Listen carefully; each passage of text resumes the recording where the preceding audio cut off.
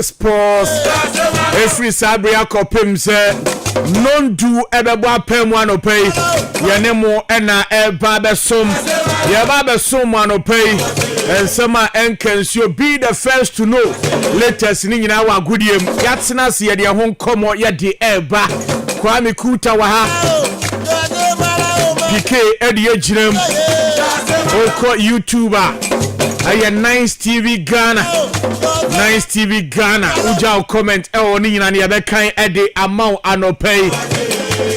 man freshi ewa ha Don Kofi Pablo beba Patricio Kwampa ebeba Daniel Fifi Donko Junior ne Danny the champion man metinem ede ama Mayanga Prof Eka Jumedie no anopay ye lazy miem ede nsema wodo ne de ebrel ensem de bebre na ho NTG akunya taxi drivers truck drivers fuel stations awodo barbering shops joint bi awo awuti anopay yamu akwaba ne yenchia when ya tepa NYCE 90.7 FM wuti ha ende anopay na ensem de bebre ewo ho aye bana afi ye bedi nkomo enra ene beto odwa se FIFA World Cup 2026 final na ba so no game ni ba na wieye Argentina players ni bi omoni Spain mranche ni bi edibuani na eyentokwa ba kwa na hadwen na FIFA 14 so omode ban bebre edi aba Leandro Paredes demde so wunya 10 matches ban na $90,000 yasa final de aka ho a utuza no odin Molina nya ne de Thiago Amada ni nyina Gavi mu nyina akeka kwa mekuta tenase ni nyina no the latest edi be free FIFA wamo ban edfa World Cup final no entokwa players ni bi enyaye no etimi edi aba ni etimi ahwem unim se sisi idea uko Europe the matches are back enye easy the leagues are back na endura we Arsenal 14 Emirates kwa mekuta America no bosi o na shock bay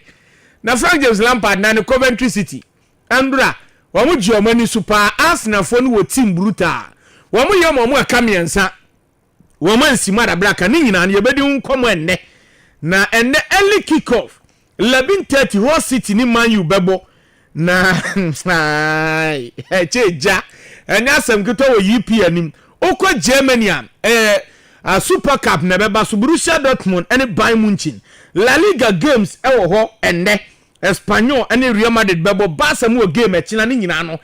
yabeke kabo man ye di ho nkomo ewo show do so Andras na game no ho ni se ni nyina no de ho nkomo ba na yakenkan bi etimi ede amo yabeti asim ewo fie Ghana ko Congress na Congress na hu nsem bebre egusu ewo sports minister ede nsem ede atudwa vice president ede ma FA Owura Mark Ado wakasa etma dia fo ni nyina no yeba na afei yeba ebedi hu enkomo Kumasi Asante Kotokwa no more friendly game. Coach Eric Tinkler wakasa ede for Democracy Cup Friday. Womane asofo griba pem so oba yera Sports Stadium. Ni nyina no ye de ho nkomo eba ene anopay na unim se Andra Ghana formrantie emienu etimenya akonya siakan ede ma Coventry City. Brandon Thomas Asante ene abrante de Calip Irenchi na mo performance no we game ni bia hu ni sei ayebetime anya opportunity na ye di ho enkomo pa yie Andra ewo Accra City invitational tournament na ekoso ewo Pobiman Andra na nye easy Port City sheba ku vision antimante House of Folk wo mo ni Swedro All Blacks e de pem so game ni ba na wie na 2-2 na penalties and House of Folk ebe winning 4-3 ewo that game nim na ehun nsem ni ye bebre House of Folk Andra omo unveiling 9 new players ana John Entry ka ho ni nyina na ye bekeka nkomo na buma no pedi nsem bebre ewo ha ti diakunya na yemfa nsem ahodo no entimi emfa mbrew ewo dwumadie no so na enwoma nkoyie entimi emfa emmaw clubs ahodo bebre so ebo friendly games ni nyina na de ho nkomo ye de eba na asem we de mpese kwa mekuta tenase ansa na me de aba man fresh de ose asem na John Obi Mikel waka no wa endorse the da you Andre the day Remy Morgan ayu say that chan come bia no me FA president because I will can say the die you a great guy obobo no wo sia ne bebre woni ni bo game na ususu se ye probia obetuma bese se Ghana yen game no eba no football ne and sports ne ade a the die you are man fresh say on the ohun say John Obi Mikel Ghana na obae no obe endorse the die you na also odwe ho say yeri bibia ye de eba anopai na yetimi ahwem maybe sa kwame so no so gitum say John Obi Mikel I endorse the die you are na ye hu ken kuta bibia bokwa anopai dani adom o me ho ye na nso e Yankopon adom we aye nipa dom ani nipa dom nia ene ye de ahia no sa pepe ye hia se ya che sa na pike se mincha atenka ni tinu omuso omutie pa anything okay omo supernatural life bible church omuso omutie ne yebobo drivers embo omudin the drivers no mo doors and pe ga say embo driver kwa me bit ma bo drivers dey your drivers ne doors sa ne sifati na kwa me Danny John Obi Mikel on the podcast na ba Ghana na play obe interview no e wo Ghana e dida you na ndro nya si e wo Accra International Airport pe en wo se e po bia obe game changer say game changer ne o ba ye game changer foforo pa ono de osusu se dida you ene betima abesisa yi game no e wo kruma man fresh say why endorse dida you nam say dida you akaso okoba bi no bi endorse Danny one way or the other no obeka say endorsement because un say John Mikel Obi or agudie onim say dia inso no na dware enso te na dida you no kana asem no so yemfa say one way or the other no a former player edma ye national team no nti the day so enim the ins and outs of the Black Stars and Ghana football nankasa some months ago people were saying it's ebia nanka e was say asamwajan and nanka ebia yehwe ore John Mikel Obia or other players are omabobo na wie the likes of Samuel Etofios no hwe dia esia etoye with Cameroon national team and say Cameroon football say member ne de omubo ni nkoye ma na omabeje wafcon nti say Samuel Etofios abeye president ediama Cameroon football football nankasa as a whole ne de ono so hu ni say one way or the other no if you pay a competent person where they clearly endorsement endorsement and all a confirming nkofo bi nsem say ye grumi de die for future FA president okay me no I wouldn't have a problem with it because the dino abobo ni bi pen onim say de yete okay anope any titi to dia kwanim na de dem anim say happy birthday soronko enko enfama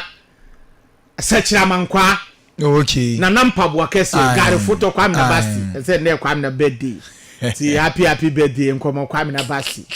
na when na ye wa wudei start year exercise the way we funi to exercise anu ayedin pa na be water the kwame na andra so mi hu bibi we e fly anope ya me ba fresh ka kire me say ono wo post ya no ka kire say we dey favoritism e na wo dey ene ne mo hina say wo hwehwema why your prediction tofo ene okwampa ne Pablo bo bia ba ma me ne tofo na wo tofo no me mpese wankasa obeka mpese mhwehwem Kwame Kuta say afi EPN na ya start in 2026 oh imposti aza pike memembo boso o si Chelsea na beje Arsenal beto so mienu Tottenham beto so miensa Man U beto so 9 na City atoso enum na Kwame Danny we wa na we ya na obi na yema omi na maintenance na ye na after say Embra wo hwe Arsenal ni Coventry City no wa dwen sesan oh say we ya na game no mo boy there be and margin to me because we just a game Danny and there's no way overcast say Arsenal be entire season na only game Arsenal be winning game in the fact Arsenal team winning the first game no doesn't mean say Arsenal Agile League and Arsenal or Kwaji League fine they are all competing to win enti Arsenal winning the first game no kwa they no nkyere say Arsenal na beje enti margin sign okay margin sign enti bike ya no ayo comment na udi biaba why wo send ba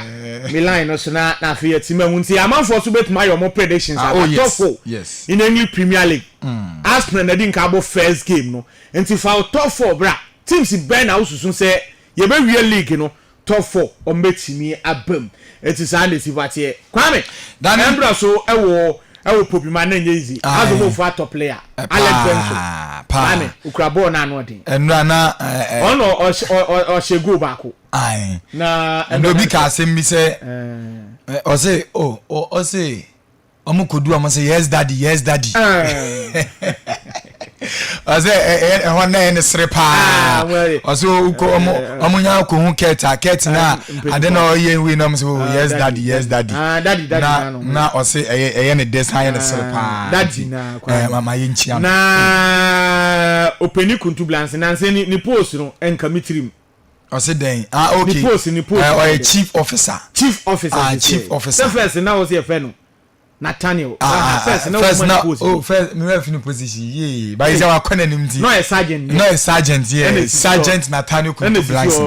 say your chief officer chief officer say ono ankasa me sure say wate wate kwa na yerebe ka che wa listen di obo wate nti me pese mekwa achiri bia nti chief officer onim dada ti sana di wate ti kwa me ene ya sebre na sembebre wo ho wo se bi nkobo nti embra na nya asem keto akra Popima ene nsem awudo bebre ye de ho nkomo no ye de ba kwa me kuta atena se de ye ba be ko for kwa me se bibia ni ho Chelsea for the mebo game ay Monday ti mu won nsem bia na mo de atachiri kakra mo nsem beba enti Monday de na esa aka mu nko a jeri aka me nko na kwa me Madrid Jesse hu ni sei o ejawum live pa ye bie season na no sana na ndura na ye kana Madrid de ambibia ya kono na fide ya nya de ya to for Jose aba Jose mo na so tunye bi enti sa na sivate ye ko foreign aba na ye tuma to aso e de ama oba NYCE TV Ghana YouTube ho enene wo message ni efa obenya show ni bi so ahwe ne live na ne o matuma kon kan de ama ye ko foreign aba na afia to aso e de afia this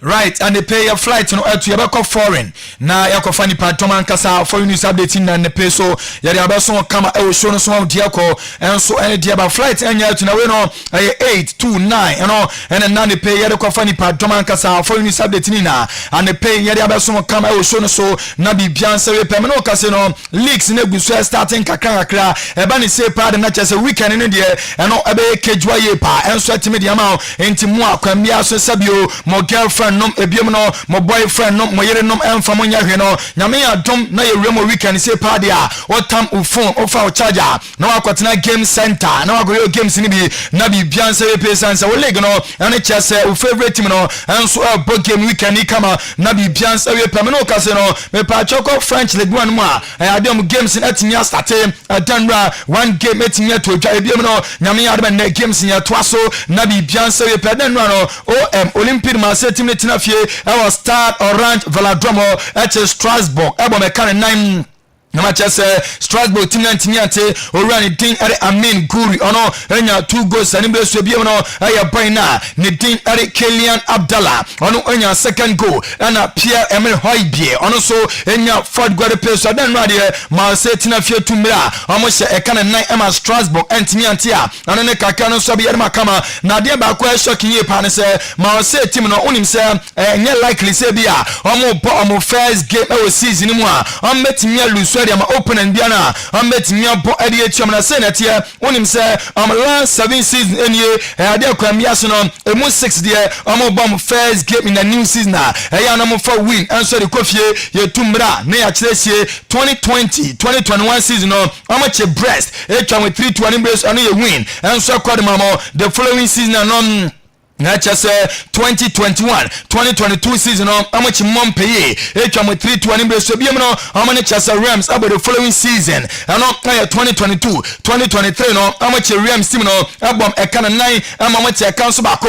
2023-2024 amachi Rams kroya etwa mo 2-1 ebiem no amachi Brastoa 2024-2025 etwa mo 5-1 and last season amane Star Renew boy no amlusu 1-0 and chese this season no ama for win Team no ka said here last 7 season no akwamia 6 opening game there ni na amutime winia ene ya kakya no so abeyadema kama na no so so na nyame yadema ne games na to so our French League 1 mu a yebenya Arsenal team na tena fie na ni AJ Oxlade enso atinya bobiem no Tulu enso be boss side ne din ale lian kama na bibiansa wie pa ye nyame yadema china and I just say big guys na bomb games in the camera you been Angus team na on Leo Metropole bossa game no and no 1 PM machina ebiem no ay Le Havre and so any AS Monaco game no nyame yad machina and no 3:15 PM and mo game no you been Stade Rennais on PSG game no nyame yad machina and no 6:45 PM utia na wa hye no so kama dia mame na bibiansa we pe na okwa na ya fa ne Germany nyadia league games and so abasuni na no chasania ya fa DAB Pokal run of 1 and one yeguso yebo ne mom no nyame yadem enem ade ne a ye fa ne Frank Beckenbauer Super Cup and obaso na say Germany Super Cup no me patcho senate ye benya Bayern team no ko chesa Signal Iduna Park no ne Dortmund and so team yakobo game no 6:30 PM na owura ne din ere Daniel Schlager ono and then penfo dia adwuma no ahye ne sase onre no ye center referee kama na chase yambo game ni na bibianse nwe pentene aye Dortmund ene ban ene abo awo Signal Iduna Park ano na chase Frank Beckenbauer Super Cup na eno come yare makama na ene game na no so abaso no oko Dortmund team na so ya emrantie makom yense ne game no ombo bia entimanye ye number 1 aye Nico Schlotterbeck wepra number 2 aye Emre Can ono so pra ana Kani Chukwuemeka ono so etinye pra game na ne obobi Edema Dortmund team na entimanye biem no ban team na so ye Jamal Musiala ye the update won bia no e the abrasa boy ne de edanra oye ni training e the wie ye problem bia entimya na mom no mpenifo no e wo gire pass player within a space of 4 days there wetin collapse party ohe amani bo game entimanye entimya no ka se de nyame yadme ne game no enya dia boy na ya fa Jamal Musiala ebenya akonya esia kan ne mom no am first game e Bundesliga nyame yarma next weekend no na ebia abrante betimenya biapo enso de maban team ne kamna bibiansa wie paye number 2 Serge Gnabry ono epra ene game onye bimbo na Lennart Karl ono so etinya pra game obobi entinya yane ne kakra eno so eba ne pia de makama nene impenfo de ato ya se nyame yarma ene game na no so abaso no obi biara offer win area coffee no 3 million euros ani sika ne nsabet mi akantene no se Bayern and abaji trophy na ono ebenya 3 million euros ade akofie say Dortmund enso na gia ono so agene 3 million euros ade akofie kama na bibians awie pena Piqué o Hurricane Edward afanma me na me no ka say Hurricane enso ni unim say na obenya akonya bo ade etia Dortmund team no na Hurricane e good records here pa e bo say ono bo ade etia Dortmund team na 10 games and wetin about out of 10 games na Hurricane etinya no 10 goals and what me share into no why 10 out of 10 nyame yadme ne ebe 11 game abo ade etia Dortmund team na shegua na chese adwuma ne de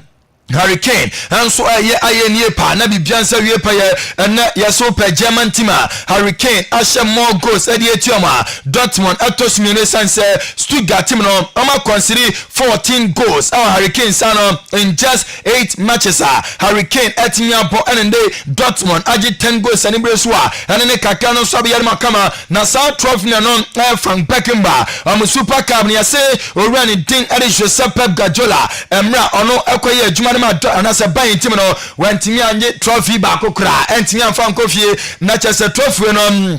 Nejeno ano say tie pene Vincent Company ebetia ese bia obetimia gene kama edi akofie na bibia nse we pene ne kakra no so aba yentwam emfi Germany na yenwem Italy monten so esanse nyame yademende Italian Serie A calcio ya starte na bibia nse we pene aye match day 1 yadema Italian Serie A calcio no na pacho na nyame yadema aye Inter Milan and AC Monza and starte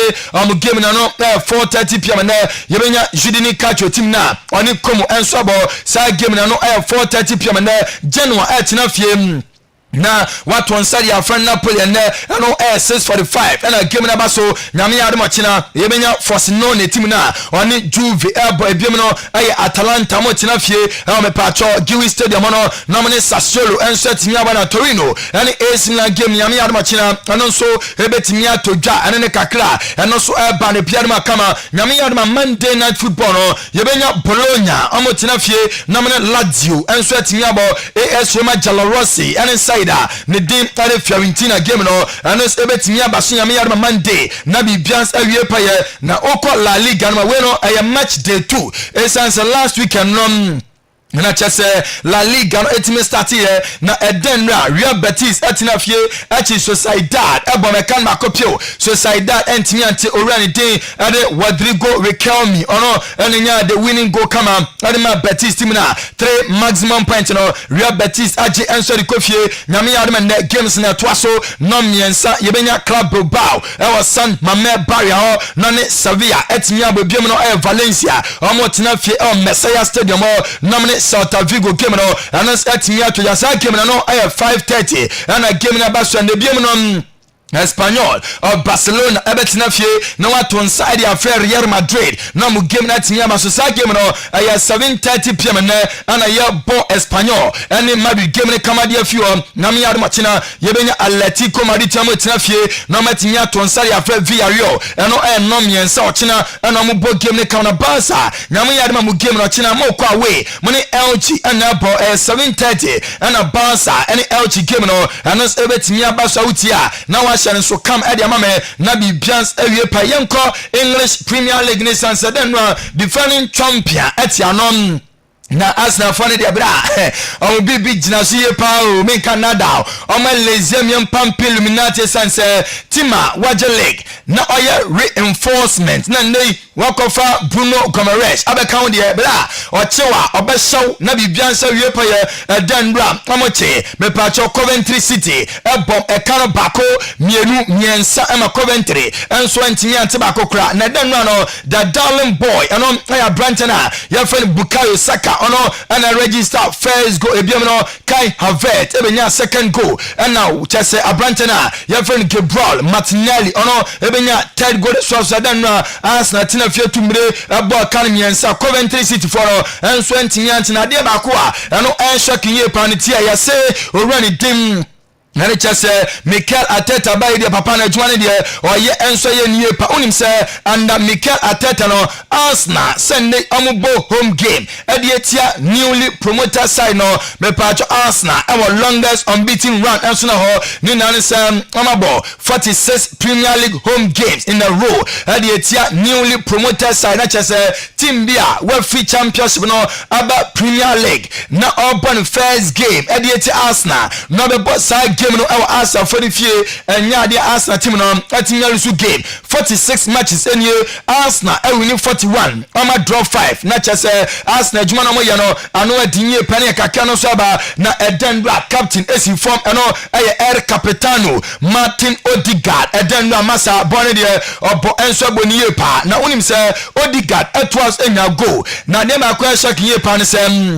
the whole of last season no Martin Odegaard about 35 matches and my Arsenal also 1 goal 38 shot and Martin Odegaard about not just 35 matches no onya 38 shot and 1 goal per our chest and a shot dodo na no abani na so ade ba kwa shocking ye pan say offer agena your friend community shield na be fa English Premier League na abrantia from Martin Odegaard no 2 matches and about was 2 goals in just 5 shot pa abranten so atimi abo na chese bibia da di pefe and Martin Odegaard and na chese niam ekoye now for Declan Rice no oye adwuma no na onya kai avet no ma almost so many boss egu ntinam pa dia na se Arsenal team o ma de o meye bia na Premier League o ma toso mienu kama na bibians awie pene sanse Chelsea and be the kind Premier League table no so na bibians awie pene ne kakra and no so Bernardo Piano ma kama fresh ya ba ne se ya no mpeso be ja tum da na so boam we no and say me prediction and metinya ya and ne kaka no so ba na pike o man owura ni din aha ti pike me na say over nice TV Ghana on YouTube pike e dia toso oba benya bia he prediction na me ye na nkrofo insurance asa no so bia so na pike o man Mikel Arteta na kama ni beji e pa Mikel Arteta 1 anu nie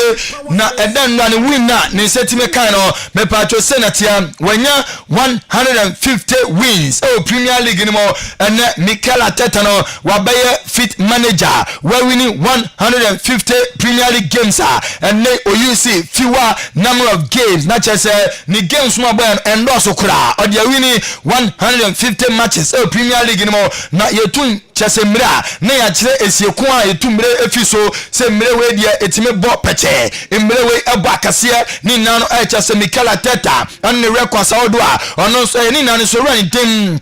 And it just Joseph Pep Guardiola, or you see 204 matches, and the winning 150 Premier League games. Jose Mourinho, or you see 231 matches, and the winning 150 Premier League games. No,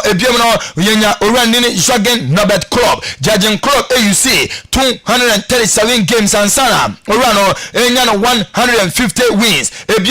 I say Alex Chapman Ferguson, you see 247 games and then Mikel Arteta you see 249 games and Ibeswa and then Kakano so by the peno Yadema kama and so na ye ka Mikel Arteta on some no way I am planning makumaku 60 enya Arsenal team no Premier League game fie and the run thing Mikel Arteta almost 2 or more goals and so not just Mikel Arteta by Arsenal on 60th game any more our Emirates Stadium our Premier League in Kwamiasono Oman Sempono na nyom 2 or more goals there on metimiashe na bibiansa wie paye na out of 60 matches no me pacho say and Arsenal for the record that year when him say Oman win makumaku 58 and Oman drop akope na Arsenal team no under Mikel Arteta say obo Premier League Arsenal for fie na obese 2 or more goals there enya dia Arsenal be lusu sa game no Oman drum ba kope and then Oman winning 58 and be so bibia chese longevity enso boye pa na so ba pay etan no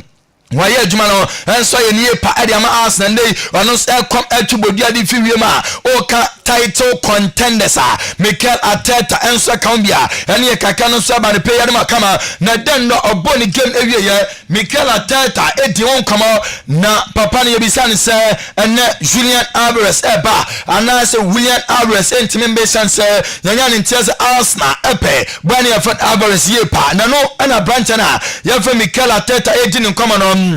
and they Mikel Eddie to just another or you're very happy on the squad now or one is as a player biana says on a ball Edma Arsenal and each na adeba kwampa some yan say I was a player be about Arsenal here no ni development and so kwasi yepa is as and them ebia beko krom ube won baby asabe no your firm ebia atade bia wa share ebia ni tibia wa bo anampo say ne mo ebia wa share yofa ukofia so mame and them ko krom no na ko atade we matodi abraw she na so wonya fe na bibiansa wie panye se bia wa ko unso ba bia drase na sabio watu adinachi adanya wa drase no wa ya fe de ache wo yere wa drase no wa ya fe de ache wo girlfriend abi ntene Mikel Arteta ojire panse se ne omo players na omo Arsenal se sia no ometimi ahwe ema players aye casual te se other players omo we anim se bia ometimi akofo aba party kwamia so no I was say I'm with me here no mo grooming some players ne kama no mo performance kejua na bibiansa wie paya and ne kaka no sabe yare makama na nyame yare me Premier League games twaso na early kick off say na de bia me kan bra early kick off ni ya ya chim breaking out na ebia be kan se obejawa eya nanso banko hihye shatare wakoma ho da bra na nka be say yes bibi o hihye na banko hihye shatare wakoma ho mpo no bra enye ya te se wo investor na ebia Saturday an pa na one team akato bet hadu ye pa ni na ne se ne no 11:30 and pay Hull City and Manchester United and ball adia ba ko a tough favor smaller clubs in here pa and early kick off no ba ni say pa na unhu dia ba ye na just early kick off eba so a smaller club no big team na ba no beka so bia o ma switch performance e ma smaller team no wa kwa akwaje big team performance so be you see ba ni sana big team ba ye be ye bia ball entime to atena o prepare na ba ko so toma wa modra no wa lucy ntame ya man early kick off about 11:30 and pay Hull City and Man U and abo yebenya Brentford and on it Tottenham game no and 4:30 p.m. na nyame adom china games in beto asom na yebenya Brighton team na on it Aston Villa bebo 1 p.m. china Man City abo Bournemouth 1 p.m. china Newcastle and Liverpool game no and 3:30 p.m. china and Fulham and Chelsea and nyame adom Monday 7 p.m. and a game na baso nti Chelsea for na mo bese mu game weekends no Debbie says ya de mo bebre pa essence obi ebe prepare akoba Champions League Tuesday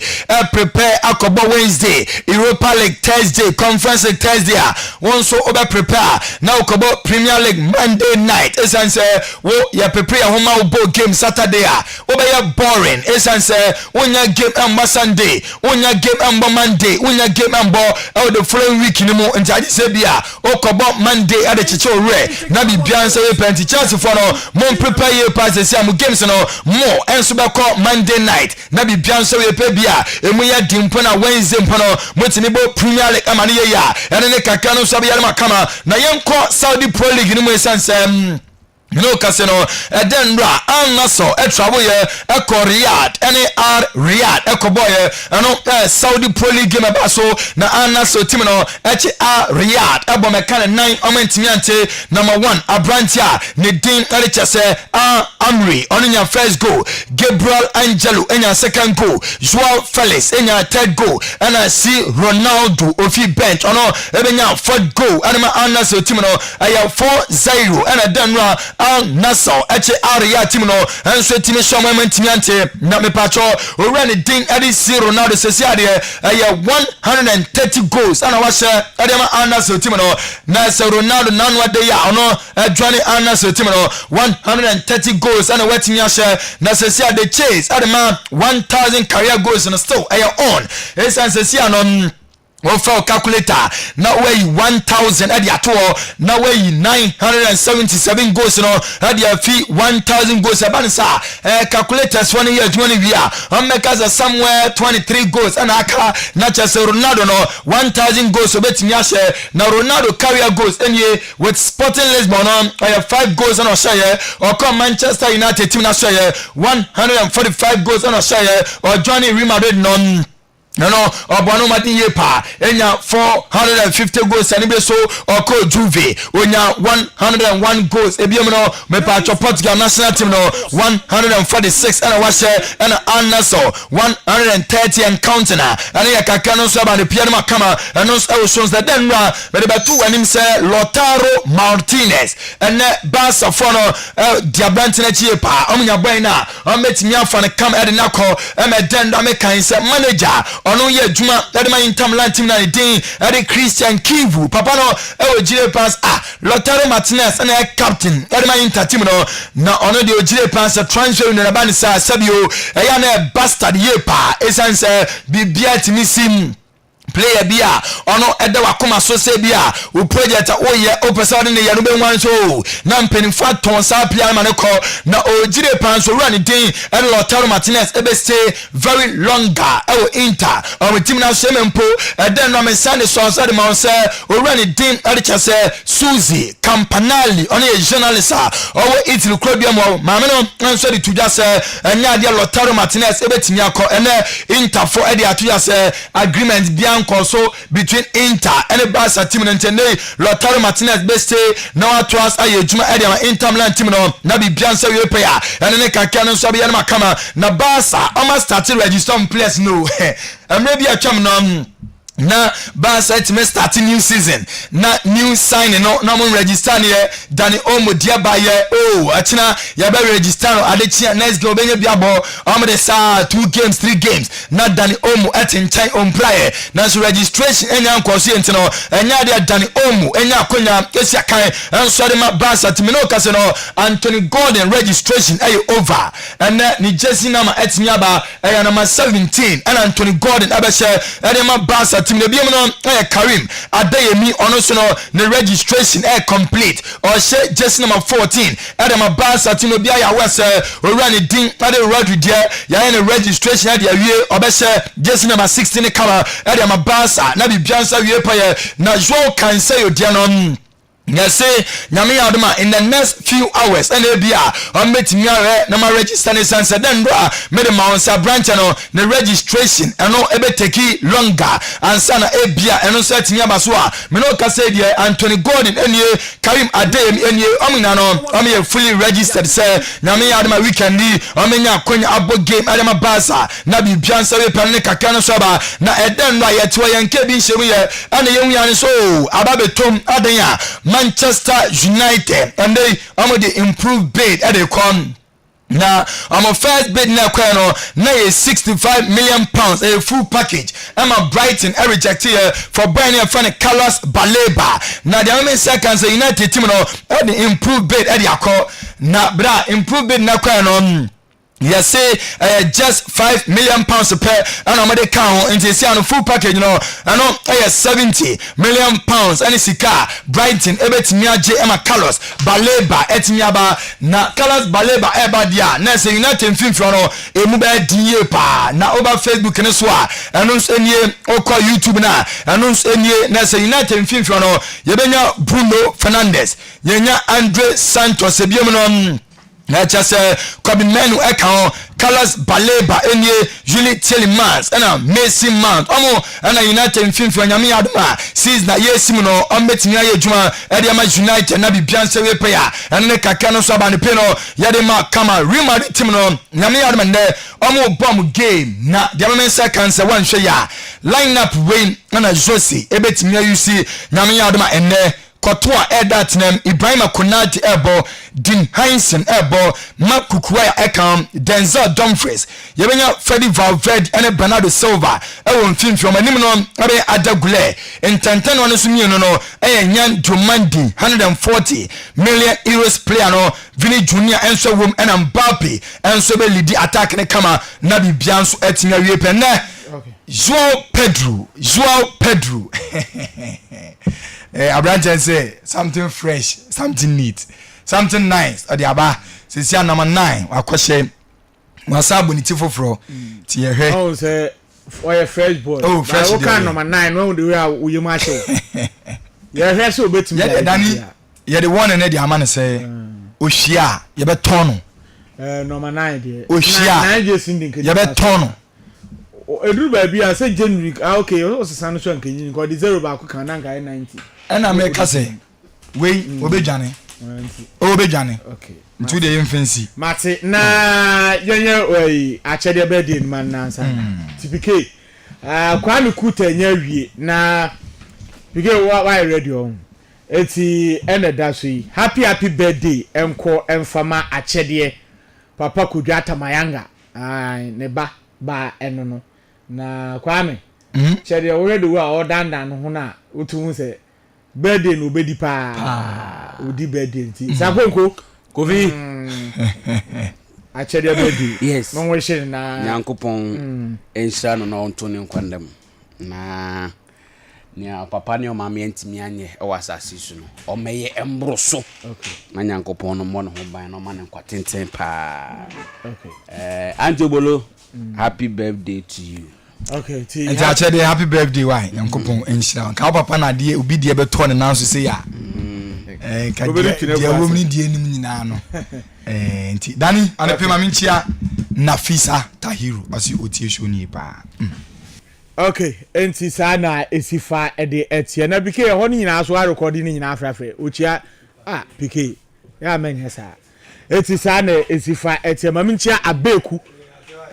abeku ewa abacha o ma minche oye pa ene danito ne guys no scale mo ene Gideon ne John mo yenchecha mo ye pa na no pay okwan partner ase Don Kofi Pablo ewa ha ye ba be he na ye wurewure mu ewa nsem ne de bebre ewa ha obi ade ne top 4 be ma me ansana obi atima wurewure ne nsem no Don Kofi Pablo Kofi bibi abokwa no pay na me ado bibi abokwa na so nyankopo ado me ho ye pa ede na me ase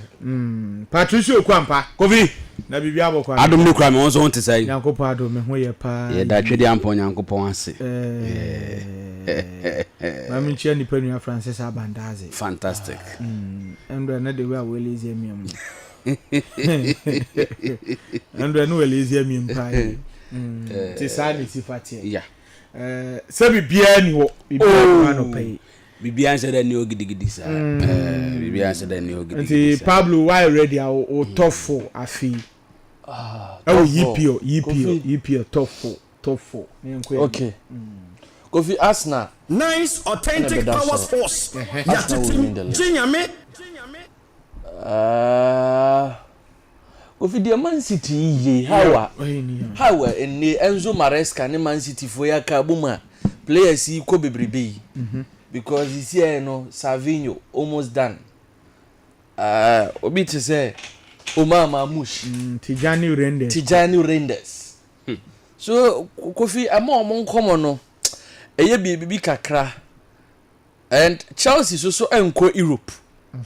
Chelsea ebetena fie oye training weekend no abobako so Kofi I'm tempted to put Chelsea at second position nti Arsenal first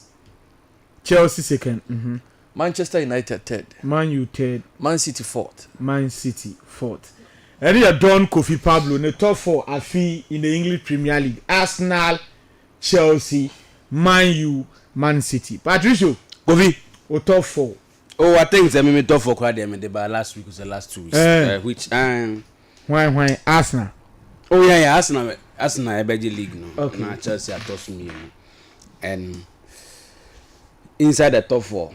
remember United third say if a senior bubu kwa friend Tottenham mo signings no is something to go by and on bet me apage free that position on more one there on be very good competitors but I think say between Omo and Liverpool may the Liverpool about to the 4th position until what they so Arsenal Chelsea Man U yeah then Liverpool yeah okay na then mo hu Chelsea Muzabi Alonso waye bibia hu bia na mu hina mo ko Chelsea second Kofi there be one say look and Kabaka so by one he's new to the Premier League as a coach as a footballer there obo Premier League in eboniye but as a coach nice authentic power look at the signings yatitim jinyame we players are signing here players are no apply or trade in the English Premiership already most of them Morgan Rogers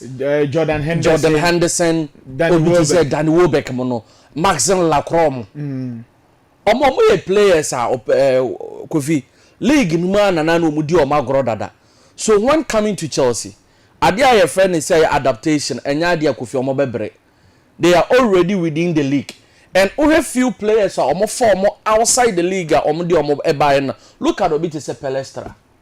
a very good player then ubenyo obi to say Chiverio so one of the free Varacano then ebayen another good addition so if you're looking at these players and how Alonso has started the best out of these guys and why Chelsea Kofi players no more last season bebre free mungo yo omu nyina ejinem but say badiashe omu ko bia o Kofi say badiashe mo de Chaloba omu no last season na e bibi ntina na omu bobi o omu no this season omu tena hokro omu nya bi mo and Andre Santos so Baka said the only player Chelsea starter with free na Marco Kuyera sure Kuyera and the only player almost starting 11 all things being equal so Chelsea starting game obetimi don say si obo say player wey the best start out free ko Marco Kuyera so Kofi all things being equal se pra ama na say players wey stay focus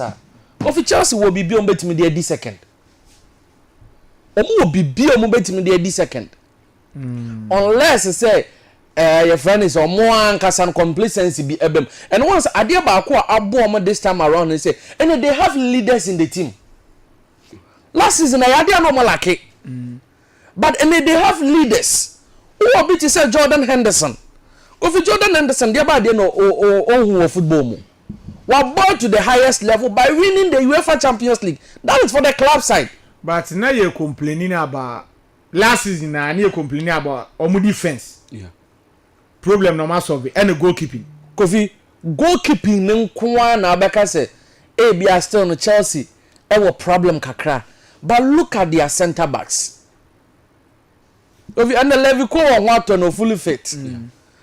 Or the Maxence Lacroix. Aba adarabia yo wo bia. Oh, Kofi also for adarabia we dem grado mo nko akiri. Wesley Fofana. And they're looking at how Alonso and Mohamed Sa so. Mohamed Sa ewo ho. And looking at how and Alonso ni niema no. And likely said this season ye be hu abrante e friend say Racy James. So all for the back three. And you likely say most of the games ye betimi ehunu say obo as a right sided center back. So also by say Chon also comes in with a lot of experience. So Kofi Chelsea actually honom there. Last season even though they were having problems there, but looking at the players in the Alonso their Babi Shishim Kofi, I'm of the strong belief say this time around Chelsea actually honom ebe solid as compared to last season. So Chelsea there Kofi, I'm expecting them at least second position there. Chelsea betimi afa. And kwamba shanika kama me na afiri ye nwura mu ansem ni mu anga. Yeah, I also think say was na no na cuz last time Chelsea go into this particular a position like this. So also 10th on the league log. That was way back 2015 thereabout. 2016 season. Yeah, then coach Carlo Opena Antonio Conte eba mu ye dey tie no abeji league no enso no e dey amam. Though the experience of Antonio Conte then and or the eba mu no enti se Xabi Alonso of today. Na or the massive experience and na e dey eba mu even Krananka or the club no or the omani nyina e ko the Euro 2016 championship enso no. So it tells you clearly say na the experience na or the eba mu as a coach no that winning mentality any pedigree na or the eba mu no Xabi Alonso ento no. But if Chelsea e this squad nyina senior ye kan na Marco Kuya na every mu e beka so ye starter na say the core of the team no e wo no be additions e san so de ka ho a it tells you clearly said at least you've gone further what sounds no argument with team no. And as I said omo a oni omo e compete Arsenal akwa kosi Aston Villa ekosi Sunderland no nyina will be going to Europe nenti a ye nyina no if he say gidie wo ho and say Chelsea will get the luxury of time and that obre bebrebe ye tu kwan ye ba ye bo 3 days no Chelsea will not be like that ne beba mu an say the domestic caps no NYCE and Chelsea better prepare because this is 29th on be the 4th round Chelsea be either the Carabao Cup one of them. So it tells you say Chelsea ebenya that luxury of time and they are prepare omu team no and those matches be na injuries eba no sane mani nyina load ni ba be conform e dey match Chelsea. And for that matter for Arsenal because of almost squad depth now almost no more and look at that Chizolis guy Shebo na branch and elbow no almost had the new energy abewura team no and a bad day to break this Arsenal team down. So I think say Ninja Chelsea enya that second position even if they will try their best as a that winning mentality now which in Penifona ba modern side the Bebre boys now they will compete Arsenal very well but for Arsenal Kofi they have a strong team. And see Okwampani Pablo no the reason to the Chelsea at second and now to Monkan you hear him say Xabi Alonso bet my BB the amount since 2017 omoje league omuntimi NGBM na ye hu Pablo Kofi and amanoni na yanko. Okay Kofi once again me enchia etie for anopay em say enra wi na meka say and they after ye ba be school no na enra indeed school no etimi ebie ye fresh we me dey adwuma mission nsa say na moya prediction na on twetwe yani abubo code na metiefo your friend is saying the first class of the season no say teachers no buy and no mo be kira de fe and no first class no was successful Arsenal adwuma no by winning by 3-0 Kofi one say the bia ya metaka asem bi say football ankasa no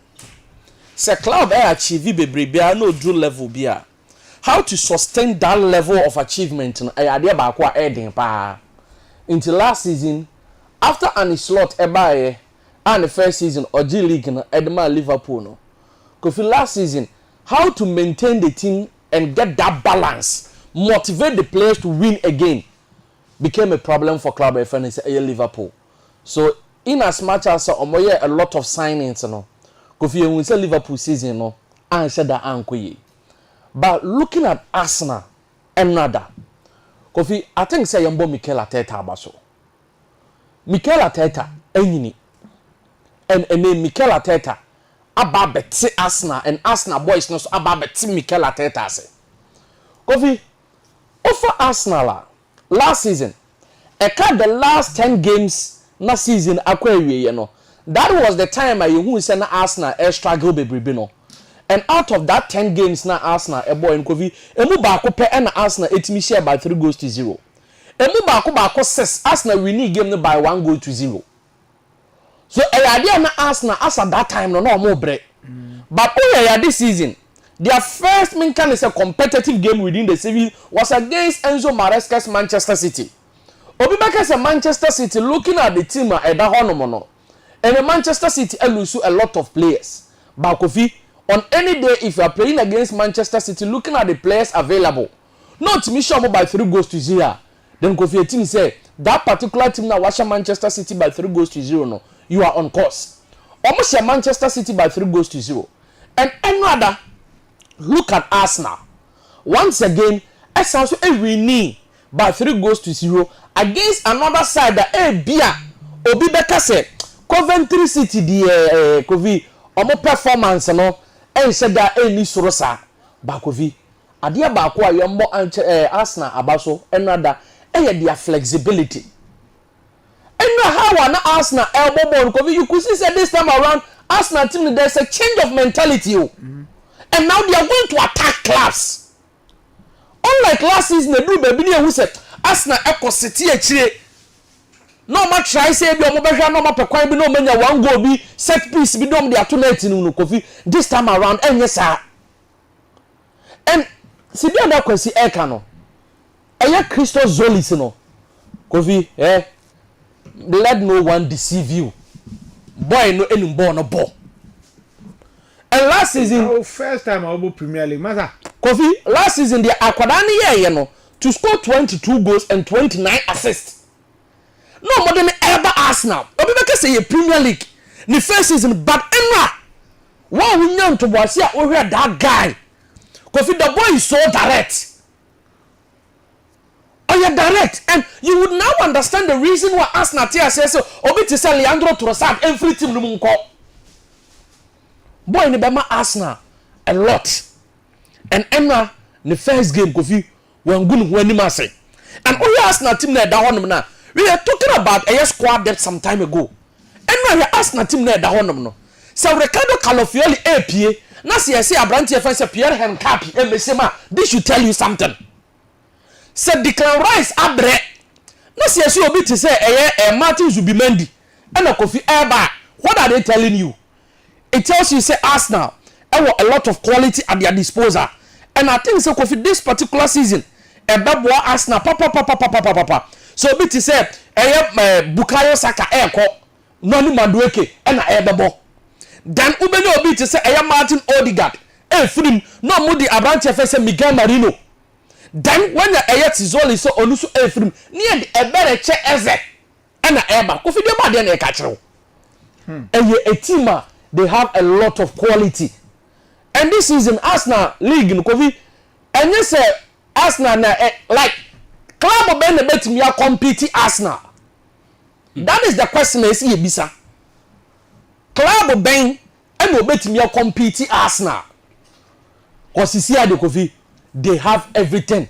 and what the signing of Ezri Konsa. What was the last season? Edru baby. Na Arsenal team no be na between their two first choice centre backs, Gabriel Magalhaes and Abrante for William Saliba. Baku ko off and answer baku pra. Edru baby na Arsenal e problem kakra. But any or the Ezri Konsa ababishim. And Ezri Konsa one player Kofi back honum that is actually honum otimi bo baby ah. Obetimi abasa right back, obetimi abasa left back, obetimi abasa right sided centre back, obetimi abasa left sided centre back. Enti enei I think say Kofi baby a Mikel Arteta ene ni Arsenal team ne ekeka kono league no there is theirs to lose unless say Arsenal decide say this season omo person mo beji league no because looking at the additions a omaye any players a wo dada anyhow Arsenal starting season no Kofi yeke eno na Victor Gyökeres at bench one more game ni bi Victor Gyökeres at bench one more game ni bi. So it should tell you the quality. Club by your friend say Arsenal our honum. So anyway, your mom Mikel Arteta and then the boys and abaso our honum. And then lunchtime and I say prime time kick-off no. Ebekoso. Hull City 8 na fie. Abo 8 Manchester United. Kofi offer Hull City. Any class are qualify about the Premier League this season na. Under normal circumstances, and Hull City the anka baby odano na nko ntimi qualified because of us seat. And only the SG that is expected goals within the championship now. We are sure much rewa de obetimi abon dia the Nigerian international Samuel Ajayi. Sami Ajayi. Sami Ajayi. Kofi no experience no etesen ko a midfielder and omodo na kwa center back. So ofa omutim na da honum na Kofi in terms of experience omo shedanye up there. But look at the other side, the flip side. Manchester United. Kofi, Michael Carrick, after being appointed by Manchester United as a caretaker manager, looking at the points that Otimi accumulated, from the time I'm appointing in Equity League in Kofi, he was the best manager in the league. Now, look at the kind of signings that Manchester United as also aye. And Andre Santos, even though with Chelsea, wasn't a starter, but at least he has an experience in the league now in the year can once me. You only tell us. Or not there. Any clubs are where I can add more. That is a Leicester City and Aston Villa. And because kind of any of the top 6 clubs are Kofi above the top midfielders in the league and can be. And they were about the Manchester United set up on him. Already Bruno Fernandes last season the best midfielder in the team and also in the league. Then Manchester United actually honour Manchester United maintain the team now on the ball. Time Michael Carrick about the date or the additions about the count and then Michael Carrick has also any experience within the league. So when you all these inclusions, no one stay in the league within a period of about 13 months for like about 10 months. Kofi, what in a league no man? Then you expect you say Kofi Wobano. You are not going to give anyone excuse. As a Manchester United, they win the game way. Manchester United against Hull City. I'm expecting Manchester United to win over 2.5. Kofi, club by your friend say Manchester City. Nyam pechina ebebo edietia Bournemouth. Manchester City team edaho sisie Kofi. The truth be told, the soul of Manchester United, Manchester City na ekọ. Manchester City na edaho ni nyina no. Not the soul of the club no was Pep Guardiola. And Pep Guardiola no. And you know kwana okoyo. Or the certain leaders within certain key positions or department of the team. Omu nyina asoko. Itiene ho machire ho. John Stones suko. Look at their midfield. Rodrigo Cascante eko. Saso and obi ti say Bernardo Silva Montavega de Carvalho ono soko. Aside performance and not boys way Edema Manchester City. If you look at their leadership qualities, and their free team already, not the season before, no. Now, Brantia, your friend is Kevin De Bruyne as well. They echo. So, if you look at the Manchester City team, aside losing their players with their quality, leadership qualities, now the team no so no, and the because Rodrigo Cascante wo ho, Bernardo Silva wo ho no ma. Se season is enema enko ya, these guys will stand up and tell the other players say we can do it. Omoko.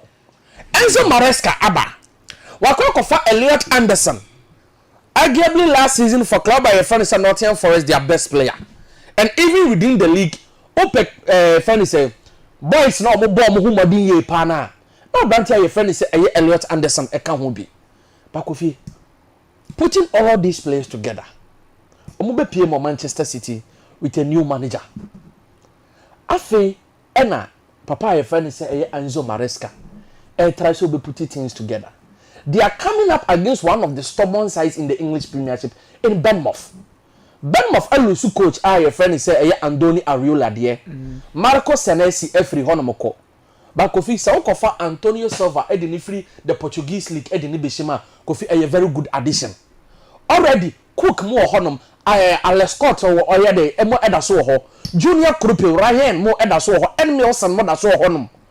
And so Kofi yes, the coach, your friend is Enzo Maresca. Emma a very good response, especially so losing the community shield to club by your friend say Arsenal. But 3 goes to 0. Okay. Kofi the season air keka kono. So when me a very good response, one person and yeah, Momu Bayadin Edia Manchester City ever honum. Kofi one of the tricky games at this particular weekend, a bit me across in the English Premiership. By looking at Manchester City and how our almost share Omoniama Edifan Kofi, at least I'm expecting Manchester City to win that particular game playing at the Etihad Sports Stadium. Where the rest of the game they say minim Samemo Bosso na chase. Everton FA Omobobo against club by your friend say Crystal Palace honum. Kofi both team to score say win ebeba. I will give you to club by your friend say Everton honum. Israel Town Everton FA abo etia club by your friend say Sunderland honum. Kofi Sunderland last season you started league at the early stages normal performance and very good. But AFCON baby. Because most of their players now omo nationality no omo Africans honum so omo koba aye no na nemam aye den kakra e de amomo playing against Israel Town Kofi both team to score honum so ope win bi dia Kofi one of the tricky games but I'll give you to club by friend say Sunderland honum Nottingham Forest Everton FA no mabo club by your friend say Leeds United honum Kofi over 2.5 Brentford Everton FA no mabo club by your friend say Tottenham Hotspur. Looking at the signings Roberto Di Zerbi aye Kofi under normal circumstance side team we also competing for league because so oko sign Sandro Tonali unya Matheus Fernandes unya obi to say Paul van Hake e de ne be show team mu then unya obi so to say Marco Senesi aba then Robertson ho Pass for goalkeeper Dubravka Dubravka then Savinho is on his way. Side team way say Kofi who compete for the league. Who more Kudus? James Maddison Watono, Dominic Solanke, Richarlison, De Andrade. Kofi, I'm expecting them to win this game. Another tricky game on Yampa because of Brighton and Hove Albion against Aston Villa. Kofi, Aston Villa are top players. Aston Villa are top players, yes. Because Ezil Konsa, Eko, Yoli Telema, Eko,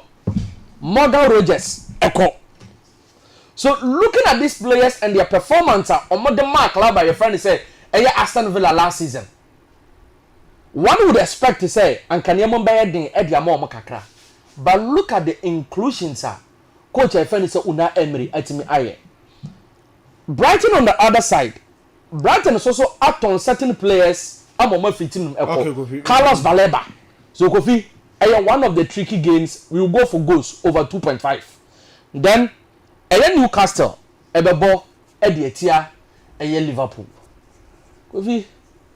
Newcastle ne untimi and stick our neck out for them.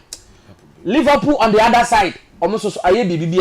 but I'm expecting club by a friend is Liverpool to win this particular game. Matse, any a Don Kofi Pablo, and I would say in Kana scoreboard. Our NYCE 90.7 FM nanopay wasugusu awutie yegusu aginem our YouTube. Aya NYCE TV Ghana. Oba wana wabehebi aja comment ho. yɛn nsa ka bia ne yakenkan ne nyinaa so etimi edi amamu okuapa Kofi brem na ansa ne abefie yɛn che tiefo nyinaa ti freshi twetwe predation so wi a okohyehyɛ ye code ni bi wa so se be bo amoma ansa ya sorry okay na duru ha na ye hu de we a be si fa me yenti o yɛn che tiefo nyinaa ma me ntia me amenu fresh original fresh Pakwesi fresh Pakwesi mama ntia ona no pe ni posisi no kura okọ on send ya yinima me bie ma sesan fo ni on send ya yinima me mama hwe na ari we humu ana wa send ne mo me ya ma me ono onim de na se kwesi die abetete I think a deputy organizer, right? Okay, yeah. I think a deputy organizer. Sure.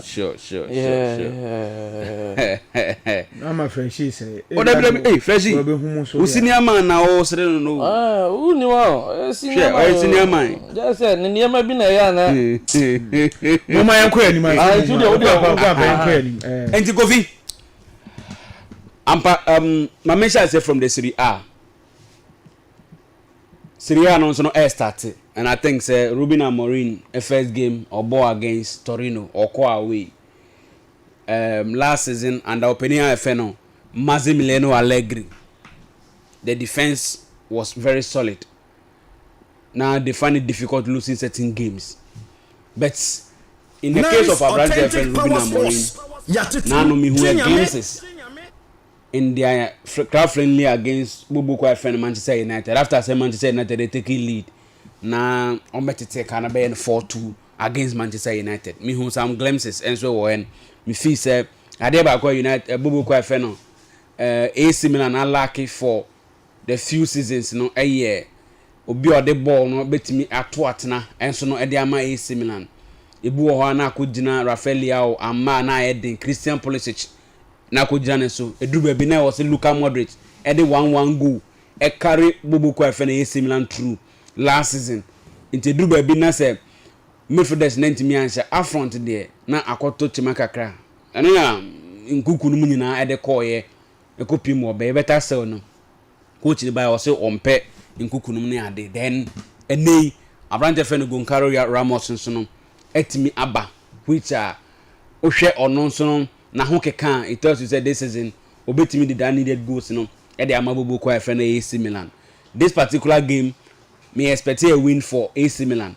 though say Christian Abate and a coach enso no e de amabobo kwa FN Torino having gained much experience from the Serie B no e bana or AC Milan junior side so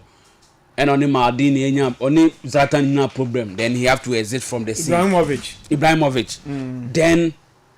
Osako Pimo Serie B ni modern bonus so eni a na be fa Torino. Any game ketwa any game e da form kra. But at least double chance and now say over 2.5 and 1.5 because AC Milan goals ni share no e na e din. Despite the fact na no nia me hu say omo eye no. Me hu say double chance for Bubuku FN AC Milan if possible oko 1.5 and also no ebetimi aboa in this particular game and so no ewo ho. Then Madrid also ebeko Barcelona kuma ko against Bubuku FN Espanyol. Another good game. Jose Mourinho komu akwa in the first game after so be fair ejuma no per preseason any niamo minor preseason as anyhow o put the players together no tells you say Madrid was very very good and a vibrant team squad that essentially a womb. So I foresee Bubuku FN on Real Madrid winning this particular game and so now being their first game and also no ebe more that edge and that confidence starting the season. So we hear them say Bubuku FN Real Madrid betimi akwa konya away win and so no ewo ho. Then Barcelona echi ebia edu ba bia Barca finding difficult. Say those teams na omo tenachiri na omo expect say Barca ebe attack omo no e na Barca break akra edu ba bia they just have to expand the pitch for those teams no na omo make sure say omo draft omo from omo defensive zones or no metimi ase edetia omo. But I think say Barca have a very good record playing away also from the Camp Nou. So I'm going to make go a win for FC Barcelona. So Real Madrid ne Barca nyina no I'm expecting them to win this their first games and so no na etimi aboa for the German Bundesliga you say enhase which Super Cup or Super Cup and everybody so Dortmund ebebo e de tia bobu kwa friend Bayern and these two teams you know theirs is goals in the last 5 matches our two sides were share no Bako as a 29 Bako as a 34 goals it tells you clearly say only Indonesia a goals galore this game can go over 3.5 even 4.5 krano e betimi aye adwuma ompe o betimi akọ double chance for bobu kwa friend Bayern Munchen be open saver at least 3.5 goals for the game no wa baby no wa you say e dey free home ball na etimi abo for the EPL Kofi I think as Arsenal as am the glim was chance show you said nice authentic power last season omo ending they are more hungrier than that of last season baby omo dru here and senior year can Arsenal now take the game to you on the game no at the brew or the tower so and this is the reason why edu baby Joe Carrish and said that fit into the Arsenal system no mu bebre in the sense Kofi or players are mobile abe bia on betimi aswitch etu koye a typical center forward out there o there ni mo ball no ntimi mbo na mo yemfam na ne sha na edin look at kwan mo fa so a omo yi Coventry City omo defensive midfielder ene omo center backs no e free game num e ma brand ya efre no ka have it in the first goal as a calibre yellow card na early yellow card do nya na affect yeah they were able to drift them from that particular position it created the number 9 position at the Makai have it look at the Bukayo Saka goal and almost making sure say almost expand pitch no the mawa o laterals na be ko then o center backs na be so mo cover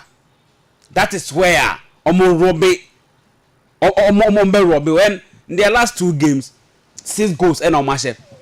and from separate players so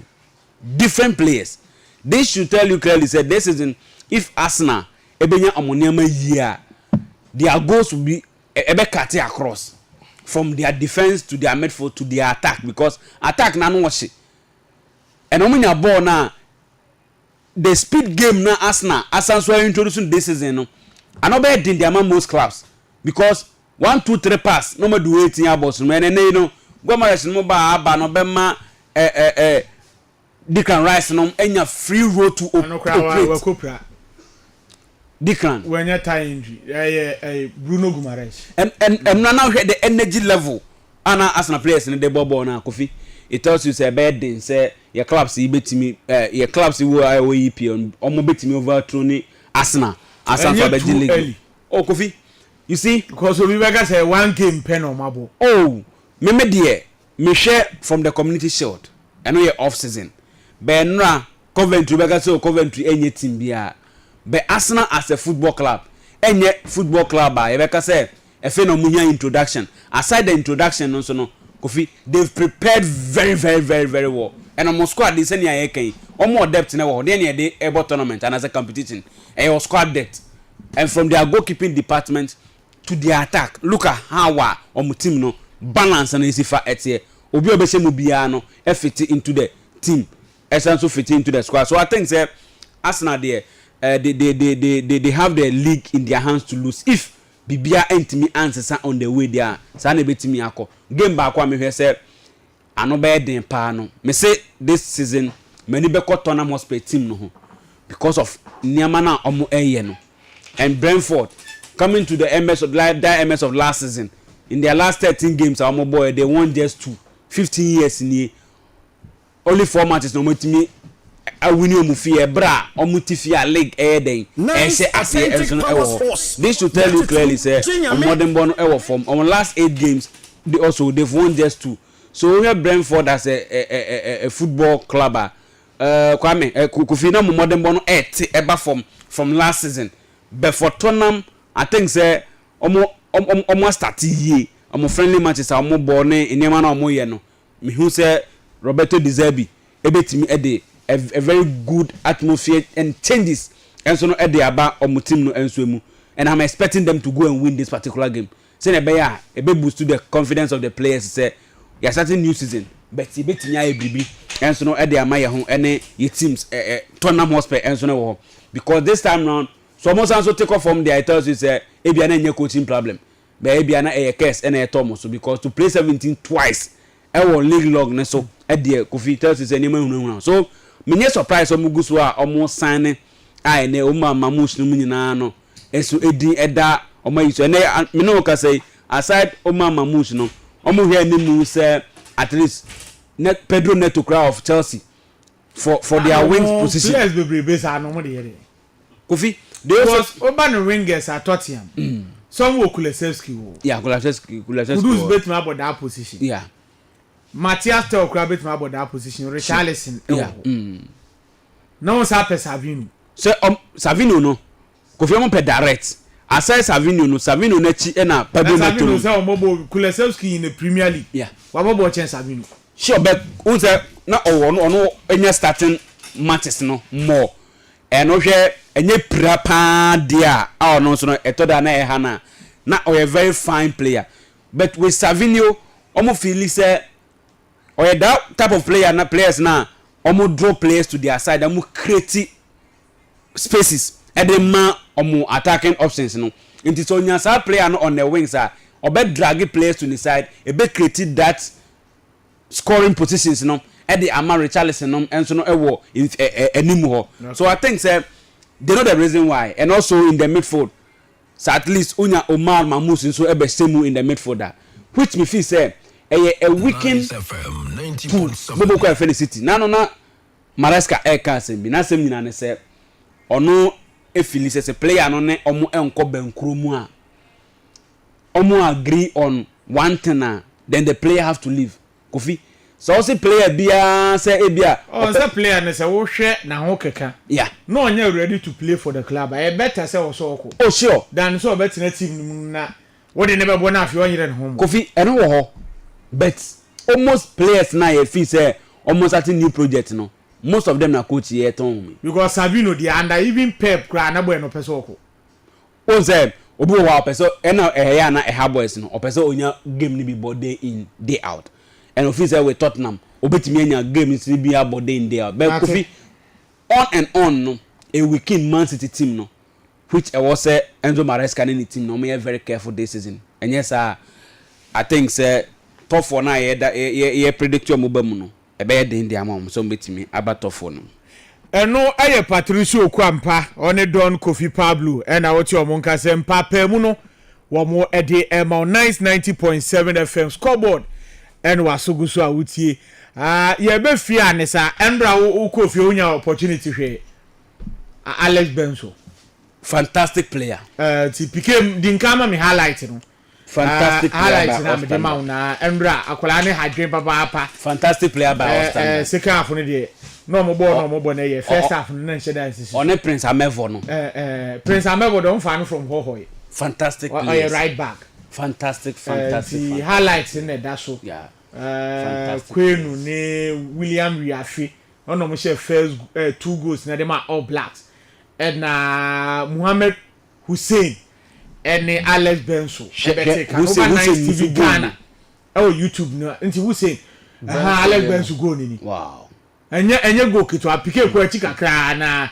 yensa hwe biem endra ogini din papa so obie Kofi won be obo no no yo won say pitch na ye yeah it your boy na ekọ we ko bo we wo Golden City Park be wuru be fanchen and the Golden City nwa na mo oh okay o yo do me enka ko bo no wo any of the pitches na your boy Premier League wo no no ya jitu mu say ya mo Kofi we be fanchen mo bi tie che de o be kan say player na nya de we we kwa bo no fa defender na ntemu bo ba we nyina so who say the talent or the technical know-how but park no so ya dey ama ade ne ye fe e complement ne talent no but we ban so kwa konya park fufuro bi o Premier League we mu the same position obebo no ahwe na ko bo bibi so na nam nchen support a bit e kira isi player ne nya de because we say obi anhwe bi obeka so na mo ma hype enya hype we la mi yamam na share in La Liga Kofi yenda we dey All Blacks crowd so boy we go ya o say boy no so fe Rafi. Yeah, to defend we to center back we Premier League you pack I can home fan Premier League why yes now so papa yanko anim na striker how was striker keeping the composure on so be a body ni kakra and some no place Alex Benz the end the league go of the season near Mohamed Hussein goal outside 18 pa na at nana kasa nti out of from 2 goals down na Kofi ye can say ye Premier League in as much as ye G2 say quality no e ko form kakra no same goal ye G2 say quality no ko form kakra no still there are certain players within our league individual talent our slow but pitches na ye gina so na ye bono emwa emi ye hu boys ni ye and even at the end of every weekend games na ye bono ubon say go na ngasa no say video ni nyafe ana say bibi fufuro take the shine camera na ye di twa matches na ngasa no kra no ma de nya hwe ha to fo camera yo mu di twa ade uhu se video ye ni da ho park no so kan wo an ko fi park ni kan ba camera no so quality wo soro ana mu di atwanti park ni ye camera your friend say camera na ye camera players are able to exhibit their talent into okay can ye ma we nyina asi ani a kofi na ye fefefe ba kokura quality so kwate a ade no hu ni ye mate enti Pablo ni oku ampane no ye besa ba ye de afiesem na ba beto aso de amount na yetimi adimu nkomo ye wo bre party ye be de afiesem nim enkomo na yetimi akoye ye de afiesem eto aso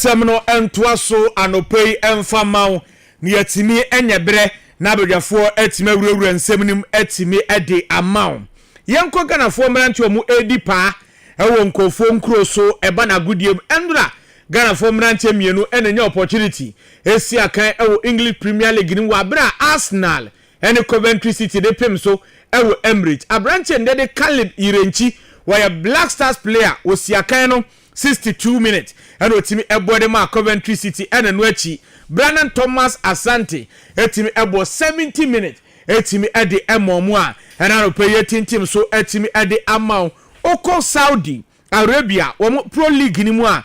team and the ede Al Qassia wo the Al Ittihad and etimi ede epem so Al Qassia for etimi elusu akaba kwa monsima da braka abranche de Christopher Babonsu any opportunity about 90 minutes adema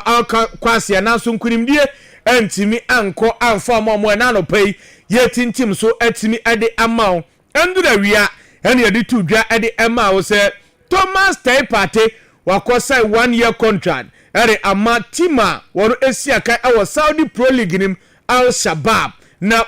ekosai ade ema mo no Thomas Pate ere nsem kakra etimi de atudwa bi sa Pate se dia na se okutupa se teams bebre awasase so Al Shabab na obeko no akosi akan e de amomo e wo Saudi Arabia Thomas Tay Party. When you're a player, what does transfer speculation do in your own decisions when you want to switch clubs and the rest? Do you begin to think, if I stay, would I get as much football? I just want to understand the thought process for footballers when you have to make those decisions. No, I think the first thing is where are you happy, where you feel at home. And at the end of the day, you've been playing football, you've been in different teams. It's not going to be like the last team you play or the first team you're going to play. So where you feel happy, and then what is your next objective? What do you want to achieve next? You know, so you still have to look at all this, and at the end of the day, we all have a family that will say, oh, we need money, you know, because this is our minds. We are not getting younger. We are working. So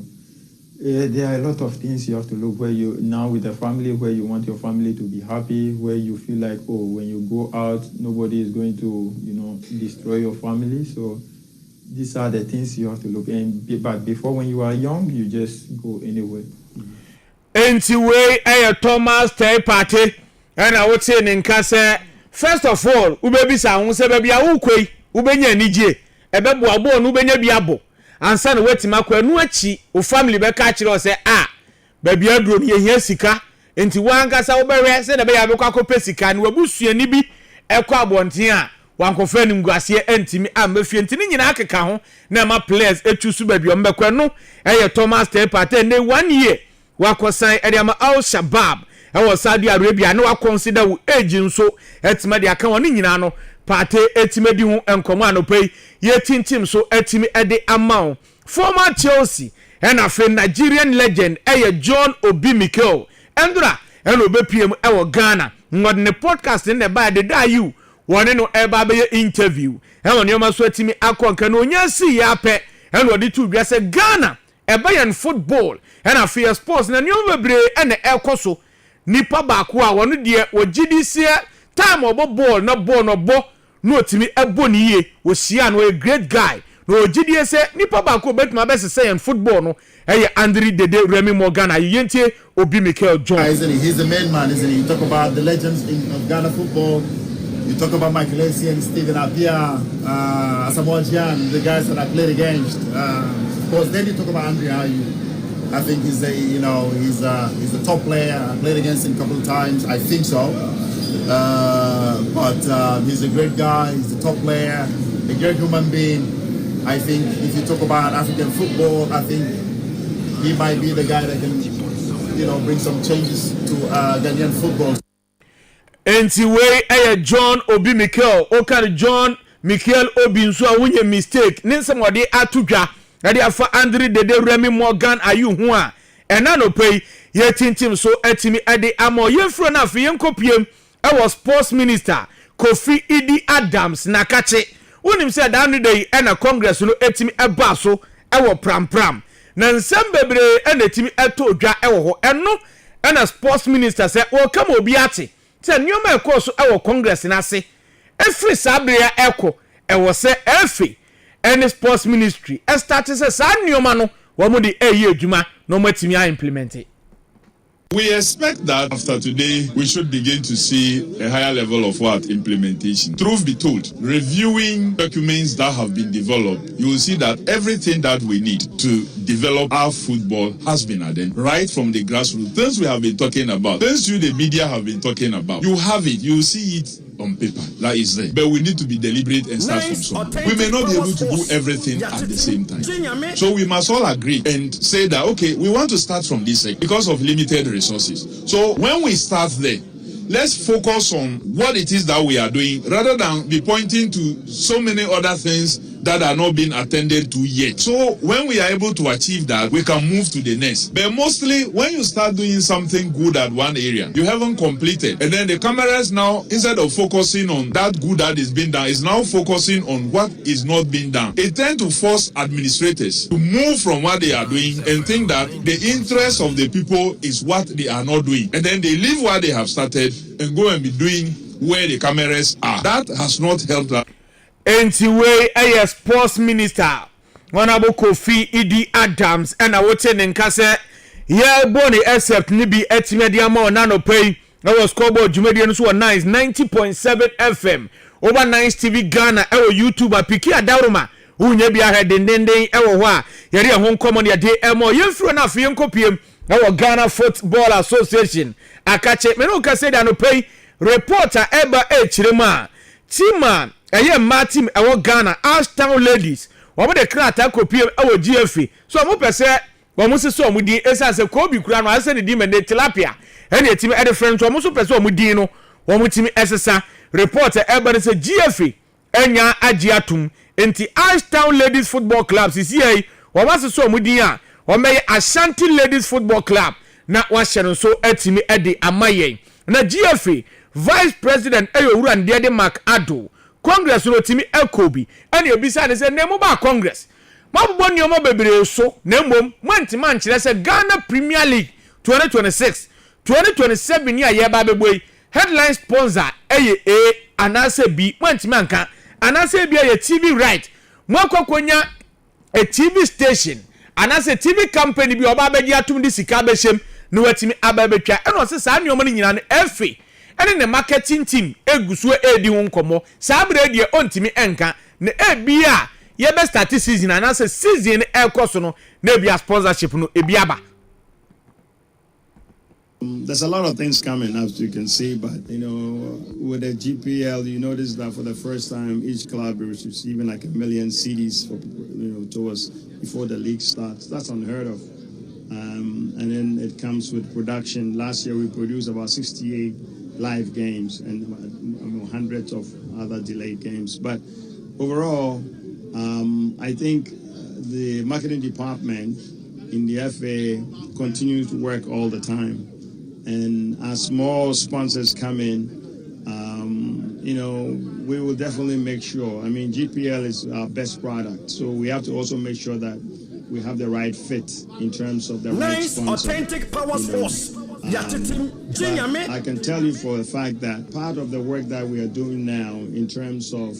even the media rights, it's and then the other TV stations that we're picking up is quite substantial. So even though we may not necessarily have like a headline sponsor, but there are other works that's going on there for you to see the benefits that the teams are currently enjoying. So Anyway, Vice President at Ghana Football Association, Ora Nidiade Mark Ado, and I would say in Kase, we are doing 70 be a day and more. Not only say Ghana Echo World Cup. You free World Cup, buy one player or enjoy pa. Hey, a branch that Benjamin Asare, where captain at my house of folk. One Benjamin Asare call World Cup by Wajinidi pa na Okonkaya. Real estate agent, Mami and the other Janet Fosu. Edi adodo na de frɛ no eye Mama Shilo na yeko World Cup no wo hye Benjamin Asare bo se World Cup ya yekoi so etimi ekɔ na ne mmɔden bo etimi ekɔ nkan a oba won beche na asase na endura eno mudi no epiem na utumu se yes wo ma kire na asase kakra wo mo se de obeye wo so de emfo obi aho efi na ekɔ asase no ebeye ne dia na Benjamin Asare etimi enjoy ewo so na yentie Mama Shilo wa bra hone Benjamin Asare ekopiem ewo asase no so ne nsam otimi ede etuda na 1 enti from a corner plot enti do be so di e bia obetuya do be so di e ye ntimi nchire Mama Shilo Benjamin Asare and Shilo Convenience World Estate Limited your site Mr. Asare aba site ye be na asase ye den amano nti Shilo Convenience ya promise Mr. Asare asase so ya promise no ye di osie aye oyo enti Shilo se obe de me ni Mr. Asare kan no ye di osie aye oyo yankopon onhira o man Ghana ene me ba Mr. Asare ye afi ya ye call afi bia ye ta qualify for World Cup but afi Mr. Benjamin Asare wa magana din edrechile papa enunti na ye mani so ena Shilo Convenience World Estate Limited CEO and director me ye adwuma mu obi a me ana me take company no ma register in legal way ukoba bia website Facebook be bia Shilo Convenience ye wo ho ena e Mr. Asare abasa so mo bibia mo be bisa na mo mi authentic power force. enti wey Janet Fosu Mama Shilo aha nti Uba Nice TV Ghana ewo YouTube Benjamin Asare ena afide sede adane no su a Mama Shilo ni gina on wo kire ne asase na ye corner plot de o pese wankasa wo ye wo so bia no ye de achew eye ne modern bo a otimi eboy wo Ghana Premier League no nei etimi egeni ne sport mo ko World Cup ni bia nei Benjamin Asare won twa 1 city kura ye de asase no eche ni free a wo ye player na wo Ghana na bo no so ayere ho aboni yie na dachi won so atimi enya ho mfaso na wadidi ama ne obatimi akonkai ede ama yemfiri ho ni enko piem ewa Class City Invitational Tournament a ekoso ewo pobima endra first game Post City sheba kuma Vision antimante second game Shedro All Blacks ni House of Folk edepiem so game no eba na wie 2-2 and etimi epiem na House of Folk ebe winning 4-3 on penalties mani omaso etimi ekonkai na before say House of Folk ni All Blacks game no eba so on Billy 9 players House of Folk are form going into the new season. TPK the video no ebeto so nti oba na ya body striker and the other Kadr Mahood wono ene dikan na why striker bi House of Folk akwakofa na ba wo ba na afi watimi abebu adwuma atimi ade amomo enu achi Alex Benso why right back wo mo fa no why ebony player no call loan e wona boro wono ena ye on villain kama pa and Prince Amevo why right back wo mo fa no etimi edi efri ene timani di ede Hohoi United and afi Abdul Aziz one also a left winger one mutimi efa branch no kama and Caleb Cranting one also ya branch House of Folk etimi afano from Victory Club Warriors wotimi ababeboa and ohia branch ya obeya Manuel Gian one also a center back one fan from Park Academy wotimi aba na wotimi ababeboa House of Folk and Roxen Chireme one also a branch House of Folk etimi afa branch one also etimi ababeboa mo kama pa na enyoma so etimi akọ Ebenezamu were former player the All Blacks wo kwam no ne and wetimi aba House of Folk afan and afa John Entry a striker and Dreams FC and they House of Folk etimi akọ no abo House of Folk pain 2009 2010 and they was sign aba back enti we 9 players House of Folk etimi aform Abdulaziz House of Folk efano from All Blacks no ye left back and All Blacks last season and also House of Folk etimi afana 9 players and omo bo mu nsem sia e opobima endra and omo dom edi etimi ede ekire supporters and omo opobima no pay yade ho nkomo no yade emo yemfiro na afi yenkopiem e Kumase Asante Kotoko na Kotoko eguso won kan womo enne anope ya womo ne Sampefe FC e bo anyankofa kensie ewo University of Ghana Stadium ewo Legon 10 o'clock am anope ena sa game no eba so Kotoko ebo game ni wie pe nyankopon ya adom ekina wo mefi nkran no makopiem back ewo Kumase no makoya hoboboa se na be ya Democracy Cup Friday omane House of Folk de be pem so no omo etimi abo neno ene Eric Tinkler coach ede makotoko wose Democracy Cup wabubo caps bebre e South Africa na we die wo yire ne ho se kwa bia so nkunim die beko ede amakotoko Eric Tinkler.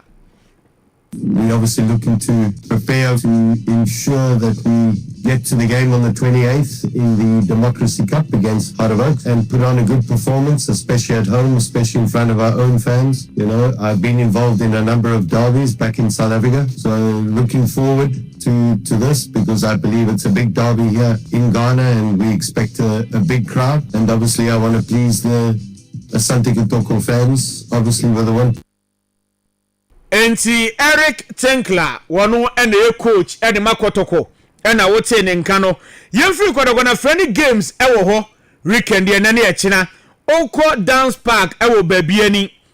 Gold Stars omani sefi All Stars enende ombeti dia pem so ya nyankofa kensia clubs no eye se na be ya Ghana Premier League efra so mo performance ebetimi akonka 3 pm na sa game no beba so no wa hye no so ede amayen FC Ashanti Gold ewo Buasile Clay Sports Stadium enne wo mo bo anyankofa kensie mienu first game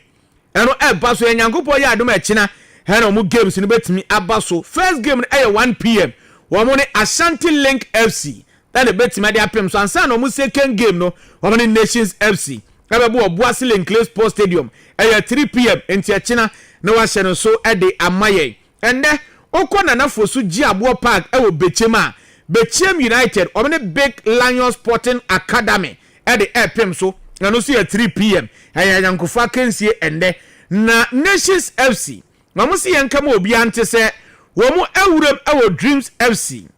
and afei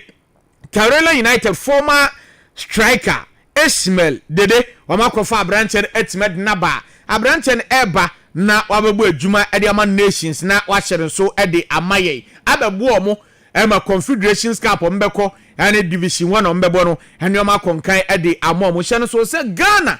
yan transfer window no nyankopo ya adom ekina ene be close 11:59 pm na transfer window no etimi close ɛwɔ Ghana anti aka one day pɛ na transfer window no 8 me close ɛwɔ Ghana wo ye team na se one top player waso be hye pa anti player bi a woto no na watimato na nyoma konkan ede amaye. On this note yemfa efiesem no ensi ɛwɔ ha na abedwefo mra na afeye ntimi eni ensem no mu nkomo na bibia so entimi enkonka yenche Jonathan ene ne guys no ɛwɔ nnua na ase wo ma biem na no pay wo mu 8 driver too much ene ne nua bo hyeba yenche mu pa yi ena afia nko nab ɛwɔ apam yenche mo ende anopay yeri efiesem no edi ACTBK mami video no has folk for womo any All Blacks game na o the highlight no etime de atoso etimi ede amaye na bibia so etimi akonkan kama pada ya to aso etimi ede amaw na okay mu amobekɔ fie kesiem no me wo code bi wa ha mame mobo entimi fama mansa na abedwafo etimi atnase na sporty bet enti na wafa code no ɛwɔ hɔ na won so etimi ede aye adwuma enti mame mobo code no entimi emfa mame mo aye ready a unya ready a na wapɛ baabi atwere etimi ede aguo MQ 8MKA MQ 8MKA enti code no ene ebo freshi se wo de no so ye code na abra na yemuki code na yembo mfama mo fabra enti meyenwie na ho mefre ngan se na code na mo bo manya ti no manya time na me bo de amamu no me aduma mi gya ya che mi gya ya che efri wo minya biem but yetna se ni aye code ni bi de amamu nti Pablo se wanya de mo prediction na mo ye na freshi kika bom no so mfambra na yembo code ni mfama me de no ye MQ 8MKA na yabobo e de amount fresh fabric na yamobo eno so fan so ansa na abedwafo etimi atna senti Pablo ni oku ampatna se omo predictions e na fresh kika bom wunya how many code near saying 12,000 hey never she ade we are maza wa mam yemashim o ya sure ade ohun ye freshy o ade a we dey anode freshy pass 1,000 word ade a bobo sisi a dance freshy enyade ni ye freshy enyade ni ye ye benya daje na ya hwehwe de Pablo mu ye mame hwe na waga wo be no ot nko agwo pa de Pablo mu ye nini en that top yi Debi Pablo mu de menya sure se bedu 1,000 ti eti media na mabobo etime de amamu no me sa wo ba ko a Pablo ma memfa nso so mfom mo mu de mu wi a ye benya daje ne ya hyehye na freshi be bo no ma no man ha ya de be mamu BC PN 7C BC PN 7C enti ano so second code a efri mi ankasa enti mi code ne yemienu MQ 8MKA era fe BC PN 7C na wahwe etima de amani nyina na sporty na mwetima fa na Monday bedro no na wafesika ti sa le sivati Pablo eno kwampa ya befi na wolori ana de wolodi okay man for be first wolodi anti wodi Pablo mu he fiesem no ma me amaye mo de na Kofi mahu am say de ye yi no ye screen shoot me say ye pa we had to folk how NYCE authentic power sports ya titim jinyame o ma ya de ye mo ma baso ba Kofi he ye besere had to folk ene omo mpanyinfo especially omo ye in charge of how to folk ene omo branding any bibia on yeah and now can how to focus fast on Ville players Kofi na me anim no kureni PK fa unveiling no to so yeah Kofi Debi yeah hwe this season Mediama any Ediana Stars on Ville players upon all the facilities ene baby am so omu new kit ni na ma omu training kit on be Kofi yet I say but even we obi say how to focus signings on my nyina no this season the biggest signing I had to focus aye John Entry na John Entry ba so no agasa atale there be yenye ne sa this time around you perceive you say your clubs no take your game no to a different level and over how our mediama any Adriana stars at the starting and I go no masters or must set standard media my so I was expecting say Anka had to folk and so bad day ebe to aso saa na here akede okotokofo so am so am hint say after no mu game no am so be sha ase with unveiling of their players because any branding and marketing with clubs ni fe ni agro biem omo fe ni agro ene ne hwehwehwe jojo na ntwidi kofi jojo na ntwidi washono anatali biana wade bai sa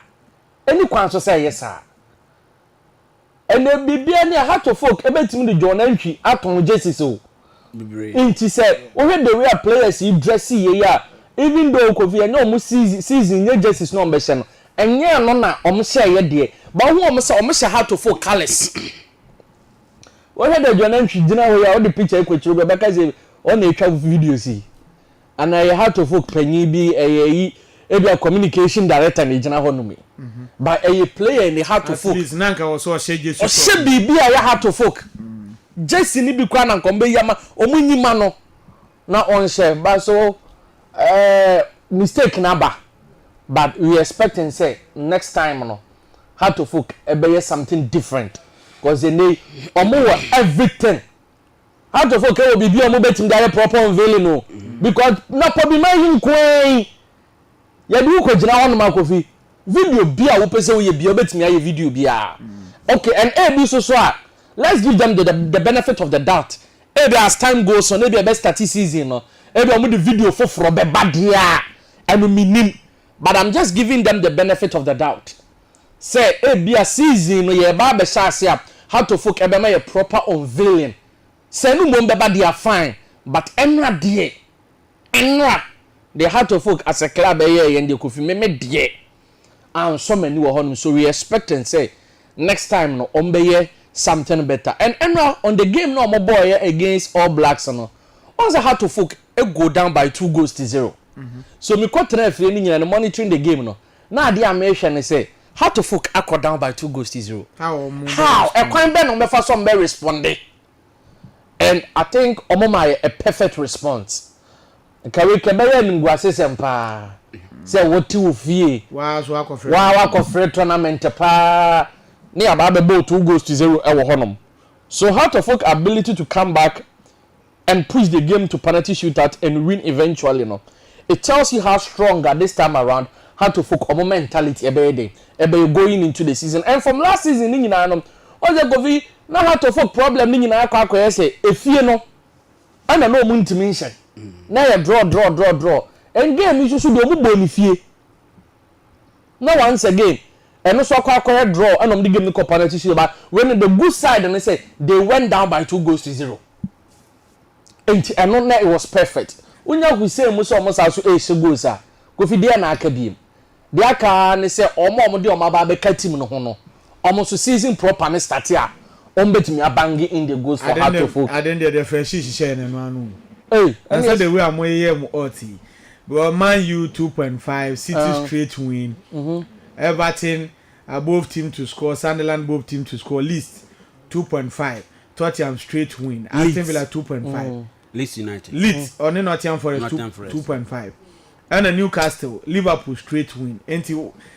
AC Milan 1.5. Madrid win, Barca win. Bayern 3.5 into sana be kwa kubi and you one way you be free and wa wo hwa fresh for be yam bo we na omonga so way be free sense listen now betimi list at least you go bet mine over 1.5 because at least 2.5 now it's Pablo ko anim so Kofi the fresh for be yam bo I think it was a very good response from Heart of Folk and the other side All Blacks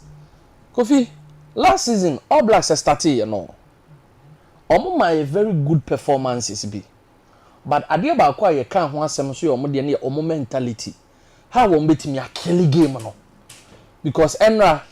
at a point no omo so na me hwe omo say ene omo take 2-0 lead into this time around e kwan be no befa so omo so be kill game no because so utimi enya this kind of score lines no now you are able to kill the game so utimi emma wo mentality very strong now manage game na so I think say the technical handlers of All Blacks ade ba kwa so mo hwe last season ade di omunya pa how to manage games the All Blacks nya intene to take a 2-0 lead na afi the team no sa so ba betete says ya be omoko bia no ya papa Francis Otiankete nyame ba e kan omoko akrasi omne ne ko enti me assure say bibi omma notice bia no yeah e wo so omo hwe na omo ye so omo hwe na omo ye ho adwuma cause ade last season ha team no e wo honum so this time around no Kofi we expecting say you improvement when it comes to their game management and if they are able to do that Kofi I think say be there yam season ni no All Blacks being a respectable position on our league log. So I think it was a very good exercise for both teams in our honum. Or just hard to folk enya a win, even though there's some go down by 2 goals to grow but back a win, a be improve players in our mentality or more confidence going into the season. So I think it's a very good exercise and then of course so Edema the two sides in our honum. Asante Kotoko and now no pace same require them say Kofi more shase and also more shase and na me yen ho adwuma say me hu say players on best start ya ma omo na omo ne your friend say omo ne sampefe na ebo ewo honom and what I want to go fi and they went by Asante Kotoko so last friendly game within their pre-season next weekend and as next Friday straight into the big game against the Continental Club Masters Accra Heart of Oak and all your baby Asante Kotoko started omo pre-season na we almost started you know now who say na BBB because I'm some first game Benap yeah actually almost show and then omo ko ball Ebony at the end of 90 minutes of stipulated time no na ya 1-1 omo ball extra 45 minutes e kan ho na Ebony asha Asante Kotoko so Kotoko first win mahu Kotoko omo new Moroccan goalkeeper ebe oti Legon sisi hey Kofi pique me more video na me bisa prof said na Moroccan goalkeeper any equal hanum pitches wo betimi nti eba ne say ya Kotoko na say Aziz Dari nti na Andra mete say ya say all force ni way ebe so okọ because won timi nsan metena bench bi wo ma fa dalad mo asa akọfa another goalkeeper ko fi na say performance no ka obo wo modern a anka ne ya Kamara ekoi ko fi ko mo go for experience bi amfani mo and it became a video no hwe na vato so my rese e benya o line up no for omodi montia anakwasi omodi mo anso ani it when cross you stay ese and motivate you say you should do more Murad Wadi ya say o no odago Albanian league ni ana waba 22 years Otiligon 22 Otiligon game no kra e bia obenya opportunity e begina mu bi sao address okay o Kotoko kid ni won so on has of work ni nyina no kids na money nyina mai nti odu ana no omudi ye adwuma nti so Kofi PK obenya to so nti go si bia na me ka no o ha omo so a omo games na omo start your omo boy ni de bobo so ahona te wonom no nti oba Nice TV Ghana e o YouTuber oni na Dogo Yakubu na to ano so na Halari Adawo nti omuni omo no Kotoko bona omo tete tu omo dress o Morocco ni o free Morocco o goalkeeper free Morocco o ba beboa when the videos are penalties here boy another o kukuro anti no o beboa Kotoko we yashin buru ni aketo ana we yashin buru pa o ze o meko AFCON next year no na no ojinem Kofi o he de ye de yeah say no mebo game nti let's pray say they obenya minute bi na at least o Kotoko supporters and what they should expect but as I was saying o we games no mo boy na Kofi na niema enhyeda enkoyi emfamo mo but I come as Asante Kotoko PM Accra no looking at the games on Mobono. The performance has been okay. They are getting the score line. The only thing I buy your coach are all complaining our pitches, but of which I think say Eric Tinkler and Angas also admit say now they don't have any other choice. But also on Mobonisa. So I'm expecting say and Asante Kotoko so ebema a fair idea of what the supporters should expect coming into the season because the last 4 years Kotoko ain't mean the best second crowd in the league anymore. And your 4-4-6-8. Obi adwen ko so. Performance. Omoje 2022 league ni wie. Ya no performance ni ya papa bi.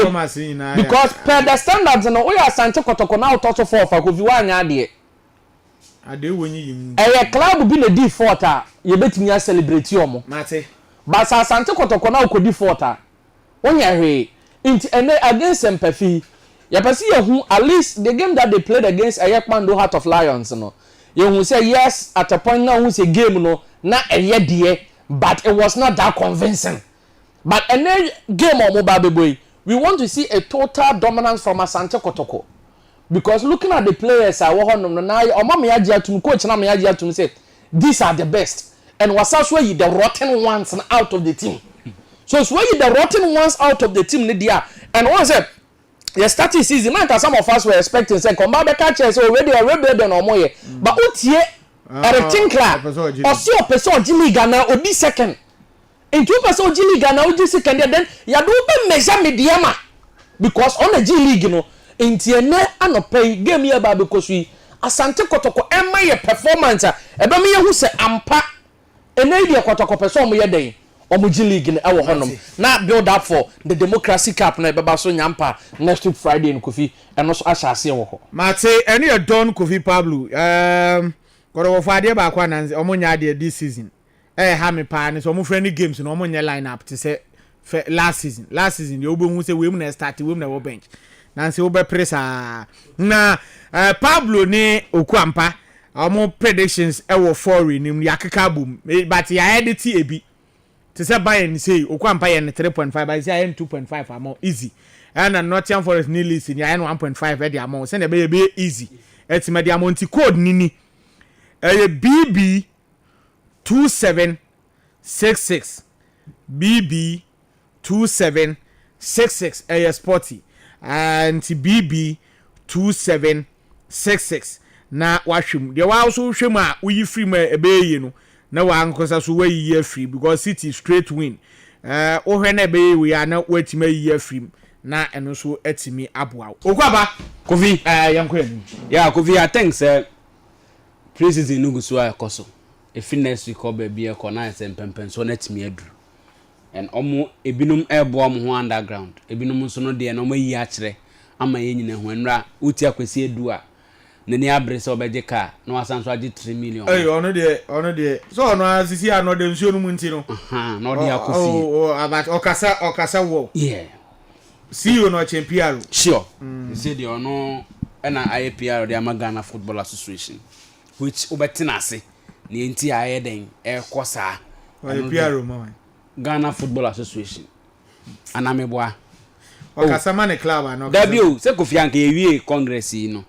Ni wo mu ane se kasamafo no na omo kasa de ma efe no beba abonten ma be kirekire nsem num de a kire e bia se zentwefo no ye ma wakonya mo anwura mu nti pie ba na ekoka ho asem no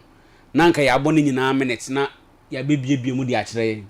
na mom this time no the communication director of the Ghana Football Association and the communication department no they've been silent on these issues but rather a football CEO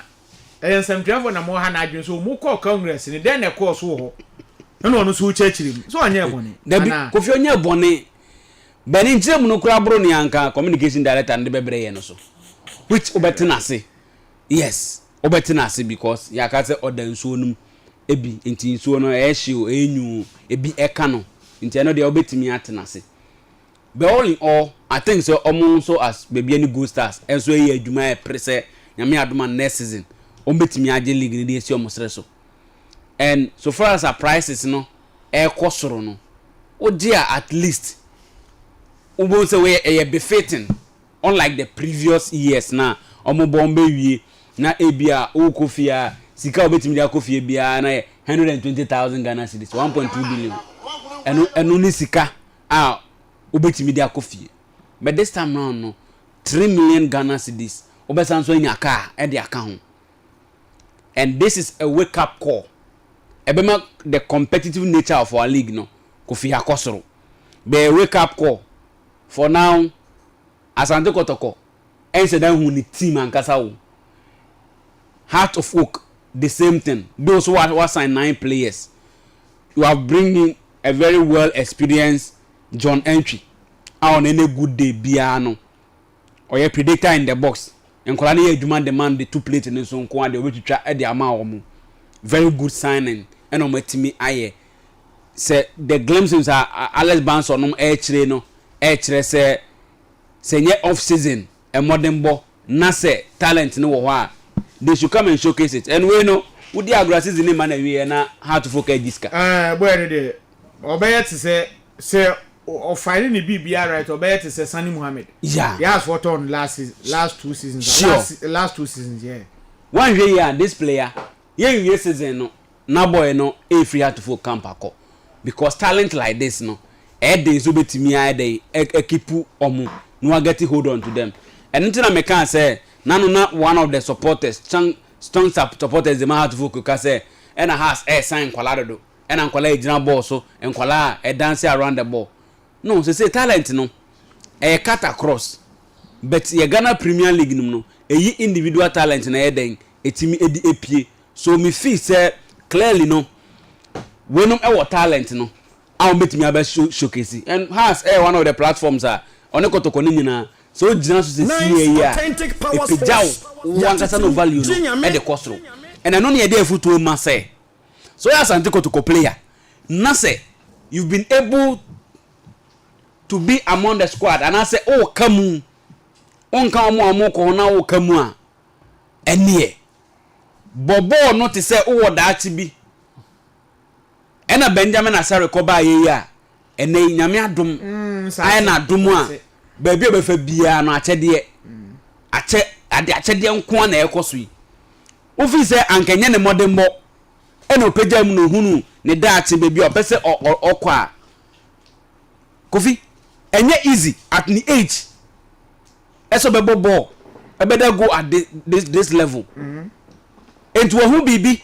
en we di huduma ena nyankopon ene ne nsa dey aka no the owner mu bia never give up yes ena ye aduma because unnim be bia wonshira be fia debi ye misa say wo Emmanuel Entry na won ni nyina bo Accra Great Olympics then Abet Amwa ana mu nyina na mo bo Accra Great Olympics no for now enye mu nyina free the same season I'm not for the same season. The same season I'm going to free. What have been the part of Abrante Fen Emmanuel Entry? What of that of Abrante IFN Abet Amwa? And in that case, what of that of Abrante IFN Benjamin Asare? Obiane ni destiny. Obiane kwa be faswa. Na one is Ubenya be 33 years. 33 years and sana. And no cry football age. Blacks as a football age. Kofi no cry football age. Card ade bobo 32 33 and san wakobo the senior national team. Aba be no say onya number 1 kura na. Oh ba say oto ado ye ni number 1. Yes. And san na wako World Cup. World Cup no man say you say win the number 1 but he won that is. Sure. Enti Kofi obetimi de wakọ adwuma nse na de bia meka no obetimi aso won sa o makoro ye good monje no na mo ne nya adwuma ba wanko bo ho modern anko da suban panso adia obesan so akofie because penin de wa ne de awie o de wako duru ho o talent na wo mu no e na wo so ko showcase enti players na ye sign omo ba mebo memmo ase ball no kra obo no obo de ama penin bi ball na obo no obo de ama obi masa ebusuan 40 fie e twen tese na Benjamin Asare oda post no munyina no na busuani ewu ese fridge mu a ono na ye twen so fasi camera na ye mfa nkoye ebusuani na yie enti things like this you don't joke unya akwanya na there is a platform o dey say o 3 seasons na obebo ni nyina o ebi okwa mbo wie na de laba e de amount so players na enya that mentality say bo na okobo no onkobo emfa ma penibi penin de wadi kan hu talent wa be fa wo be kobo ma wo ho ene wo busua ne dem peja ebusia no franka enye is Kevin Taylor promise you $10,000. yes Or the abrew. Ya promise was as on Saka. Any ministry akabum e ma ka. Say Jack Motors. Sponsorship car worth $38,000. E skaketwa. Performance. Enti Kofi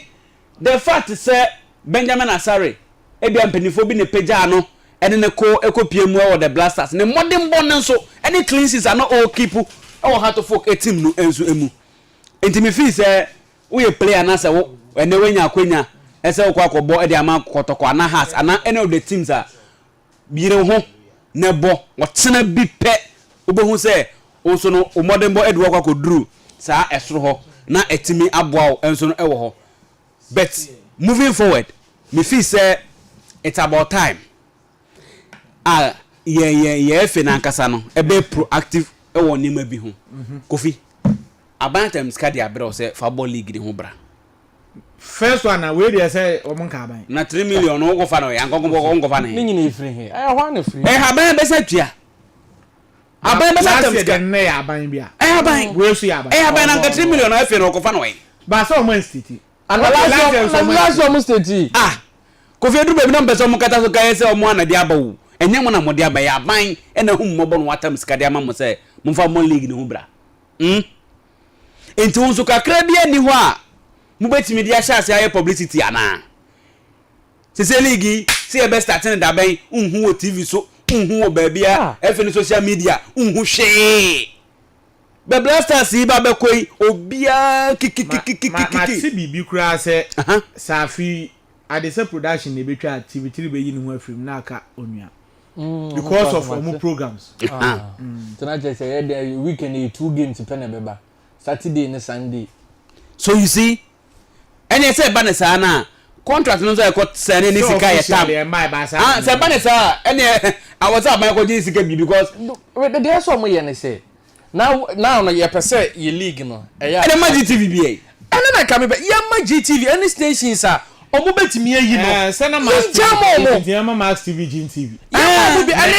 other stations other stations omo zo betimi ayi no because it is a sports minister asem na okan na nkofo twe na no asibon wanka say ene ya league ya ebu ye ni EPL na compete in championship o part is like Ghana Premier League there on normal day winning top leagues in a compete but then akofom ya ni yentimi ni omo compete sika edition investment enu achi infrastructures eba ne pitches ne saade e na afei TV right ecosystem ekwa ya boss twa game because we got Tanzania money ade e bi one weekend e bi o met my matches be 5 na we tinka omonche chen form om na bia ya che that's it e bia didn't very matches e wa kra wo be matches e wa enti on the weekend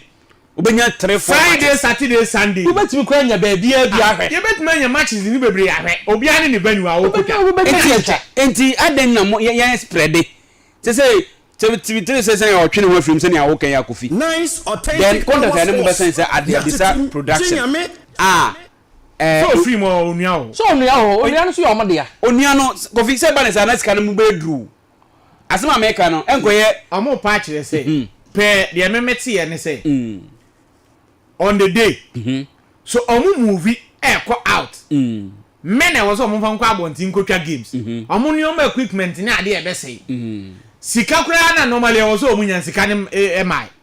ne was aban ni twa mo ma na me me de ho aban na de mo ma na afi na de mo da bi say aban tam sika ne koma afi e na mo ko sign contract njondo no ne aban ni ono ne aban ni contract nti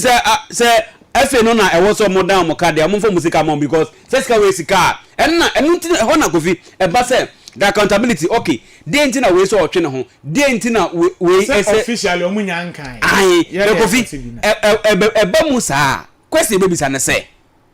o musika no akọ enko e so musika akọ dey enti me kan kire me say ya maun maintenance allowance anase ya musika say fa be program ade we say aban ni ebisa ne say ena make no after scan or dem omo no evaluation be no maye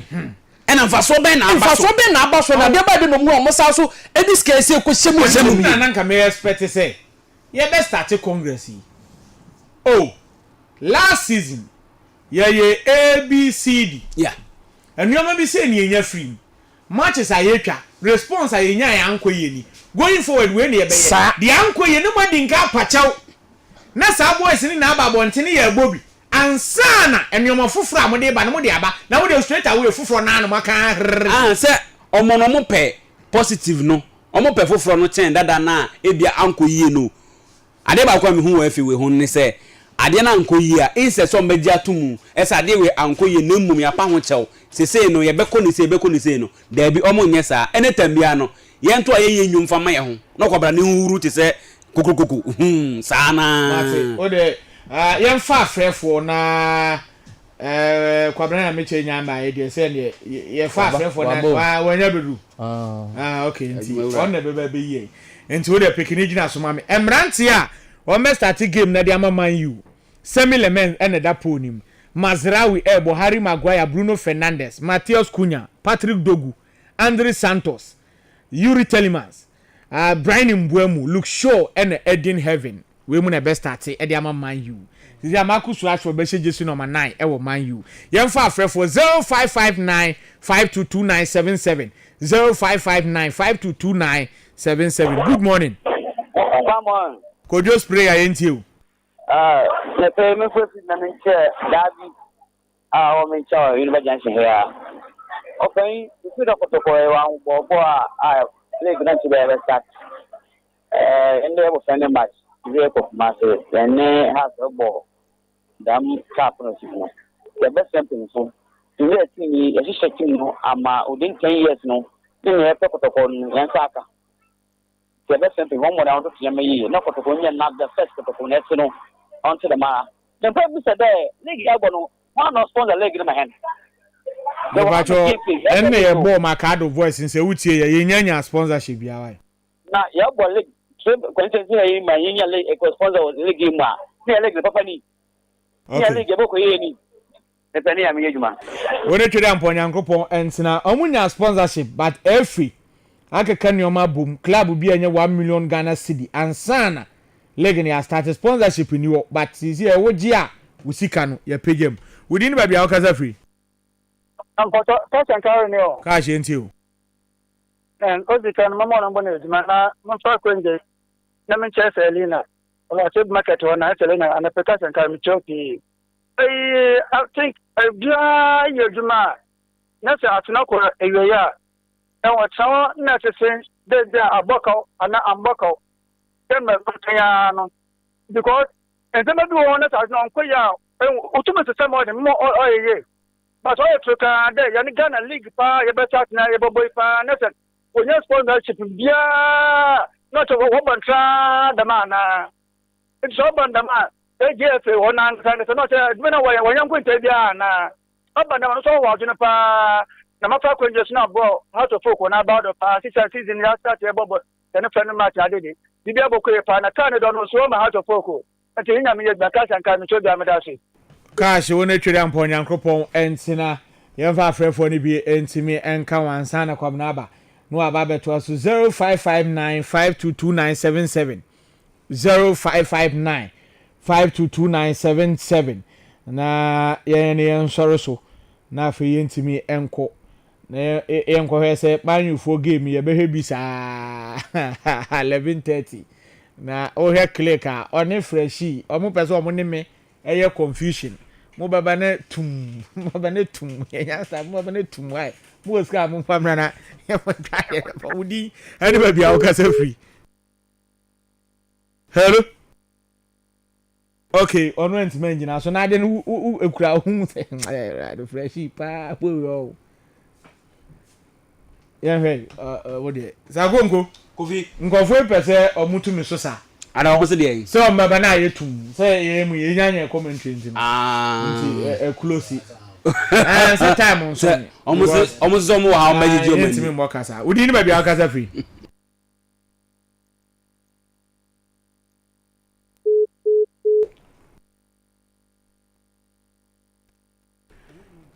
Fa tornado mama ne yanko ye. Udi ni ba bia kasa free. But you tell me, Mamma Cassius. You mind you? You are no paid your mamma sham na ninja abujafo. You will see for you now. I no pay one boy to my sham papa. Make a heart to proclaim Sandra. omone oblast ball 2-2 but ade a mani so ye pa na omo sound to me really panic in the next say agbena because omo trans ma oblast really on the campaign e be me yaw pa nti ye si dia no ye do omo ase ye do apeni ni na ase e se league ye be shemu dia omo nyina omo yira mo especially house folk no omo ntumi nko omo ani ono oblast na ye Benjamin Asali ya iso obekọ ya agbesi nso eja ne kwan ya na ye me yaw pa osan komotumi kiku agbesi de man na nka league ye kwa kohwe heart match a ye hu say ye o keepers a omudi mu o mi ya ntiasa asa nye goalkeeper bi a ono so koda Albanian league ono so anane Vincent anane osan ana Schwab nti ye hwe say bi a e be possible a okay Madam Asenso na mi nshira mo aduma pa mo ye de ma Ghana man na mi nshira mo pa mo ni nyame aduma nyima yenso ye da ase pa yi nyankopon enhira wonso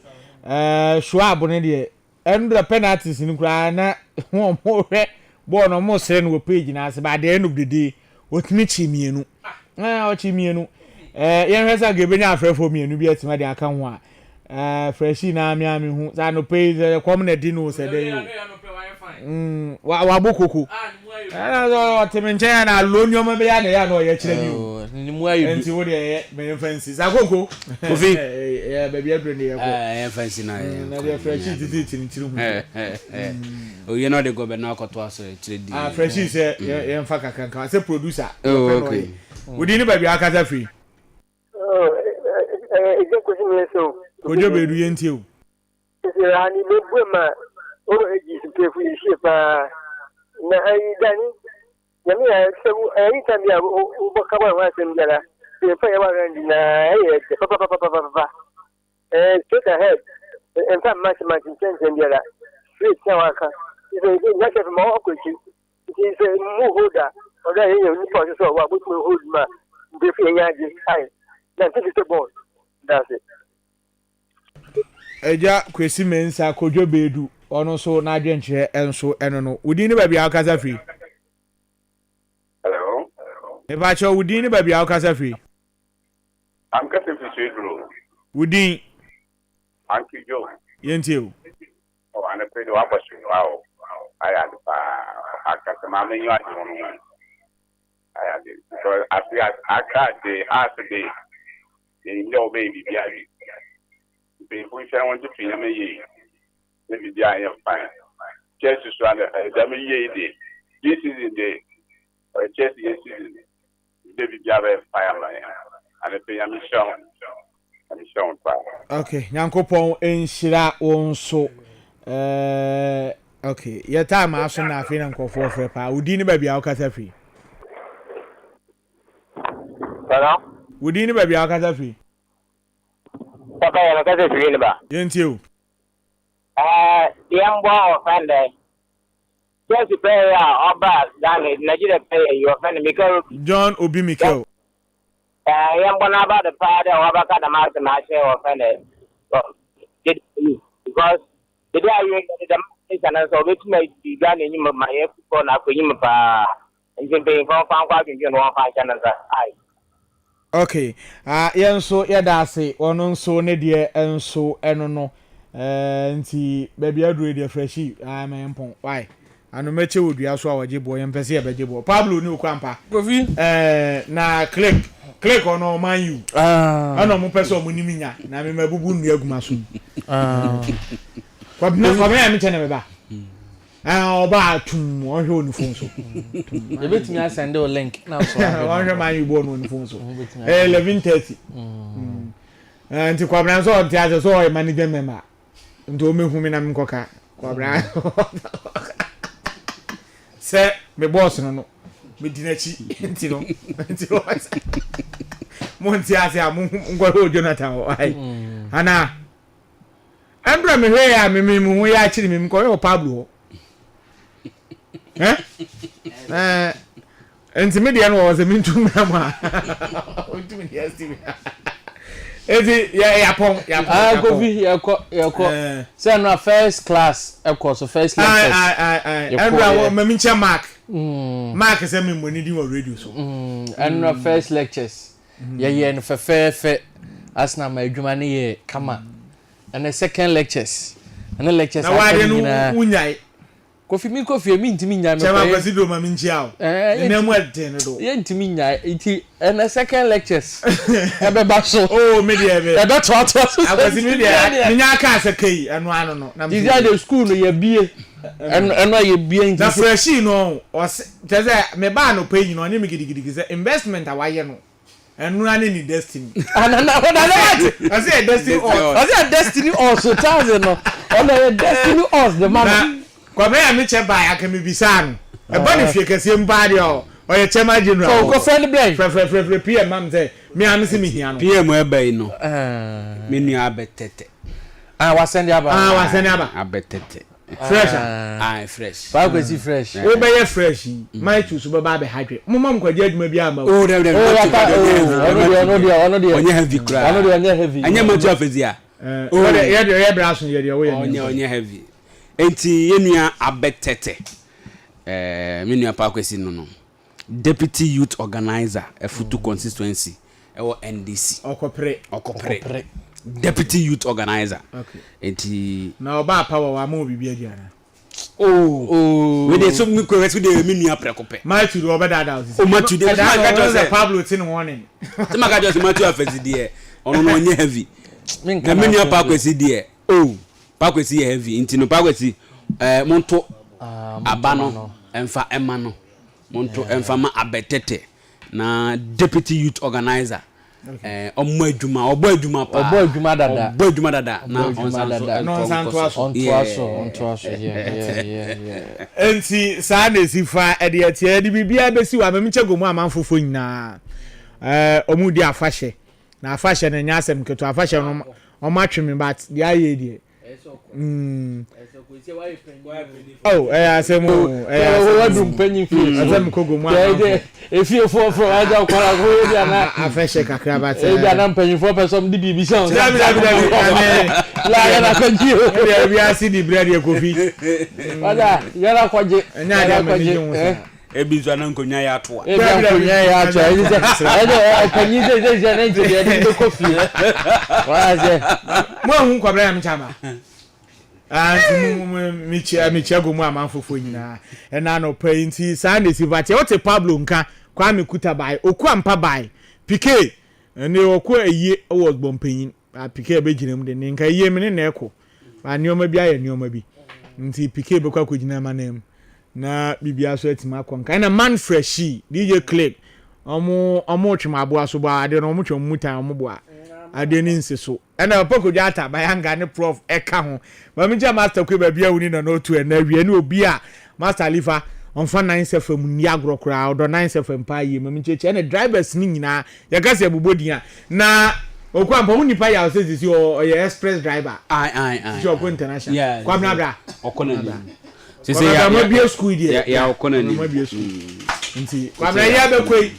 Pablo say school abie and the class ko yi my yi kakra be and ya tie for ya momom ot ni bi nti say na me wo fi ka be bi mom o David say we are class prefect go ot ni bi mom why nti hweso na mom ba ko hweso na mom ko code dey ni what say code ni what say code ni what say afena obewura class by teams ni bi wo ho na say utwa mayu anti bobo na tie for nkaka mo bobo amehwe kakra ma teams a wo nso mba wini eti man you be wini who pay save double chance let's see what's it man you win or penny save a double chance Real Madrid straight win okay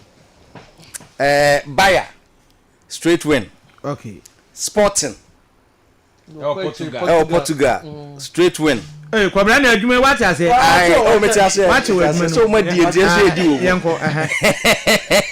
it's not just Sporting no okay na ye call Italy from so Comos omni Udinese okay eno so no ye no away or draw double chance for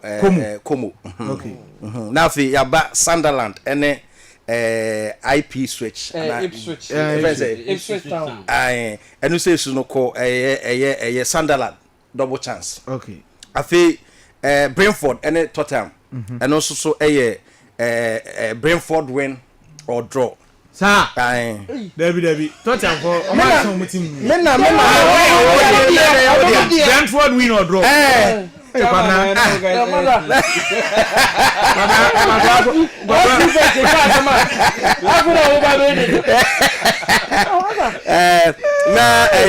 Toulouse and Toulouse and a Lyon and also so no call a Toulouse over 0.5 goal. Okay, Toulouse to score. Yes. Nti we ene kakra ofa kakra obi nya kakra didi. Anti kwabena ya meche. Anti kwabena ya dase. Yo sorry una oba. Kwabena ya meche. Ejuma ya dey do. Am say ba ko pelu we ni ho. Brentford there no. Edo na so usu kakra. Usu Brentford there. Tottenham for man some team no. Oh, ene hwe. Ti sa game ni there. Nti na makono ayi friend say double chance no. You know draw. Aye. Okay. It will dey be film aba. Dr. James Kofi na ya we say ukok fake again. Oh, I know dey say. Dey tell say after ejuma bia na ejuma sa wo. Eti kwabena ya meche say Man U win or draw, Real Madrid straight win, Bayern straight win, Sporting straight win, Como double chance, Sunderland double chance, Brentford win or draw, and Toulouse over 0.5. Now, one whole team bass and count. We and the matches. Oh, it's fun now. China perform the announcement train. Certainly Valencia. Yes, over 1.5. Okay. La Liga over 1.5. Yeah, move on Sweden ni Japan. Enti eno kwabena meche. Yari bibia esi wadari the champion man ye ko yi asere twede amponya nkropo de anko yie no na mode acheye yemfa bibia ensi ewa ha na kwabena ya meche ebei wetima beto aso de afiri ho yakra bibia Oni ba baby ko na sa sem ya rawo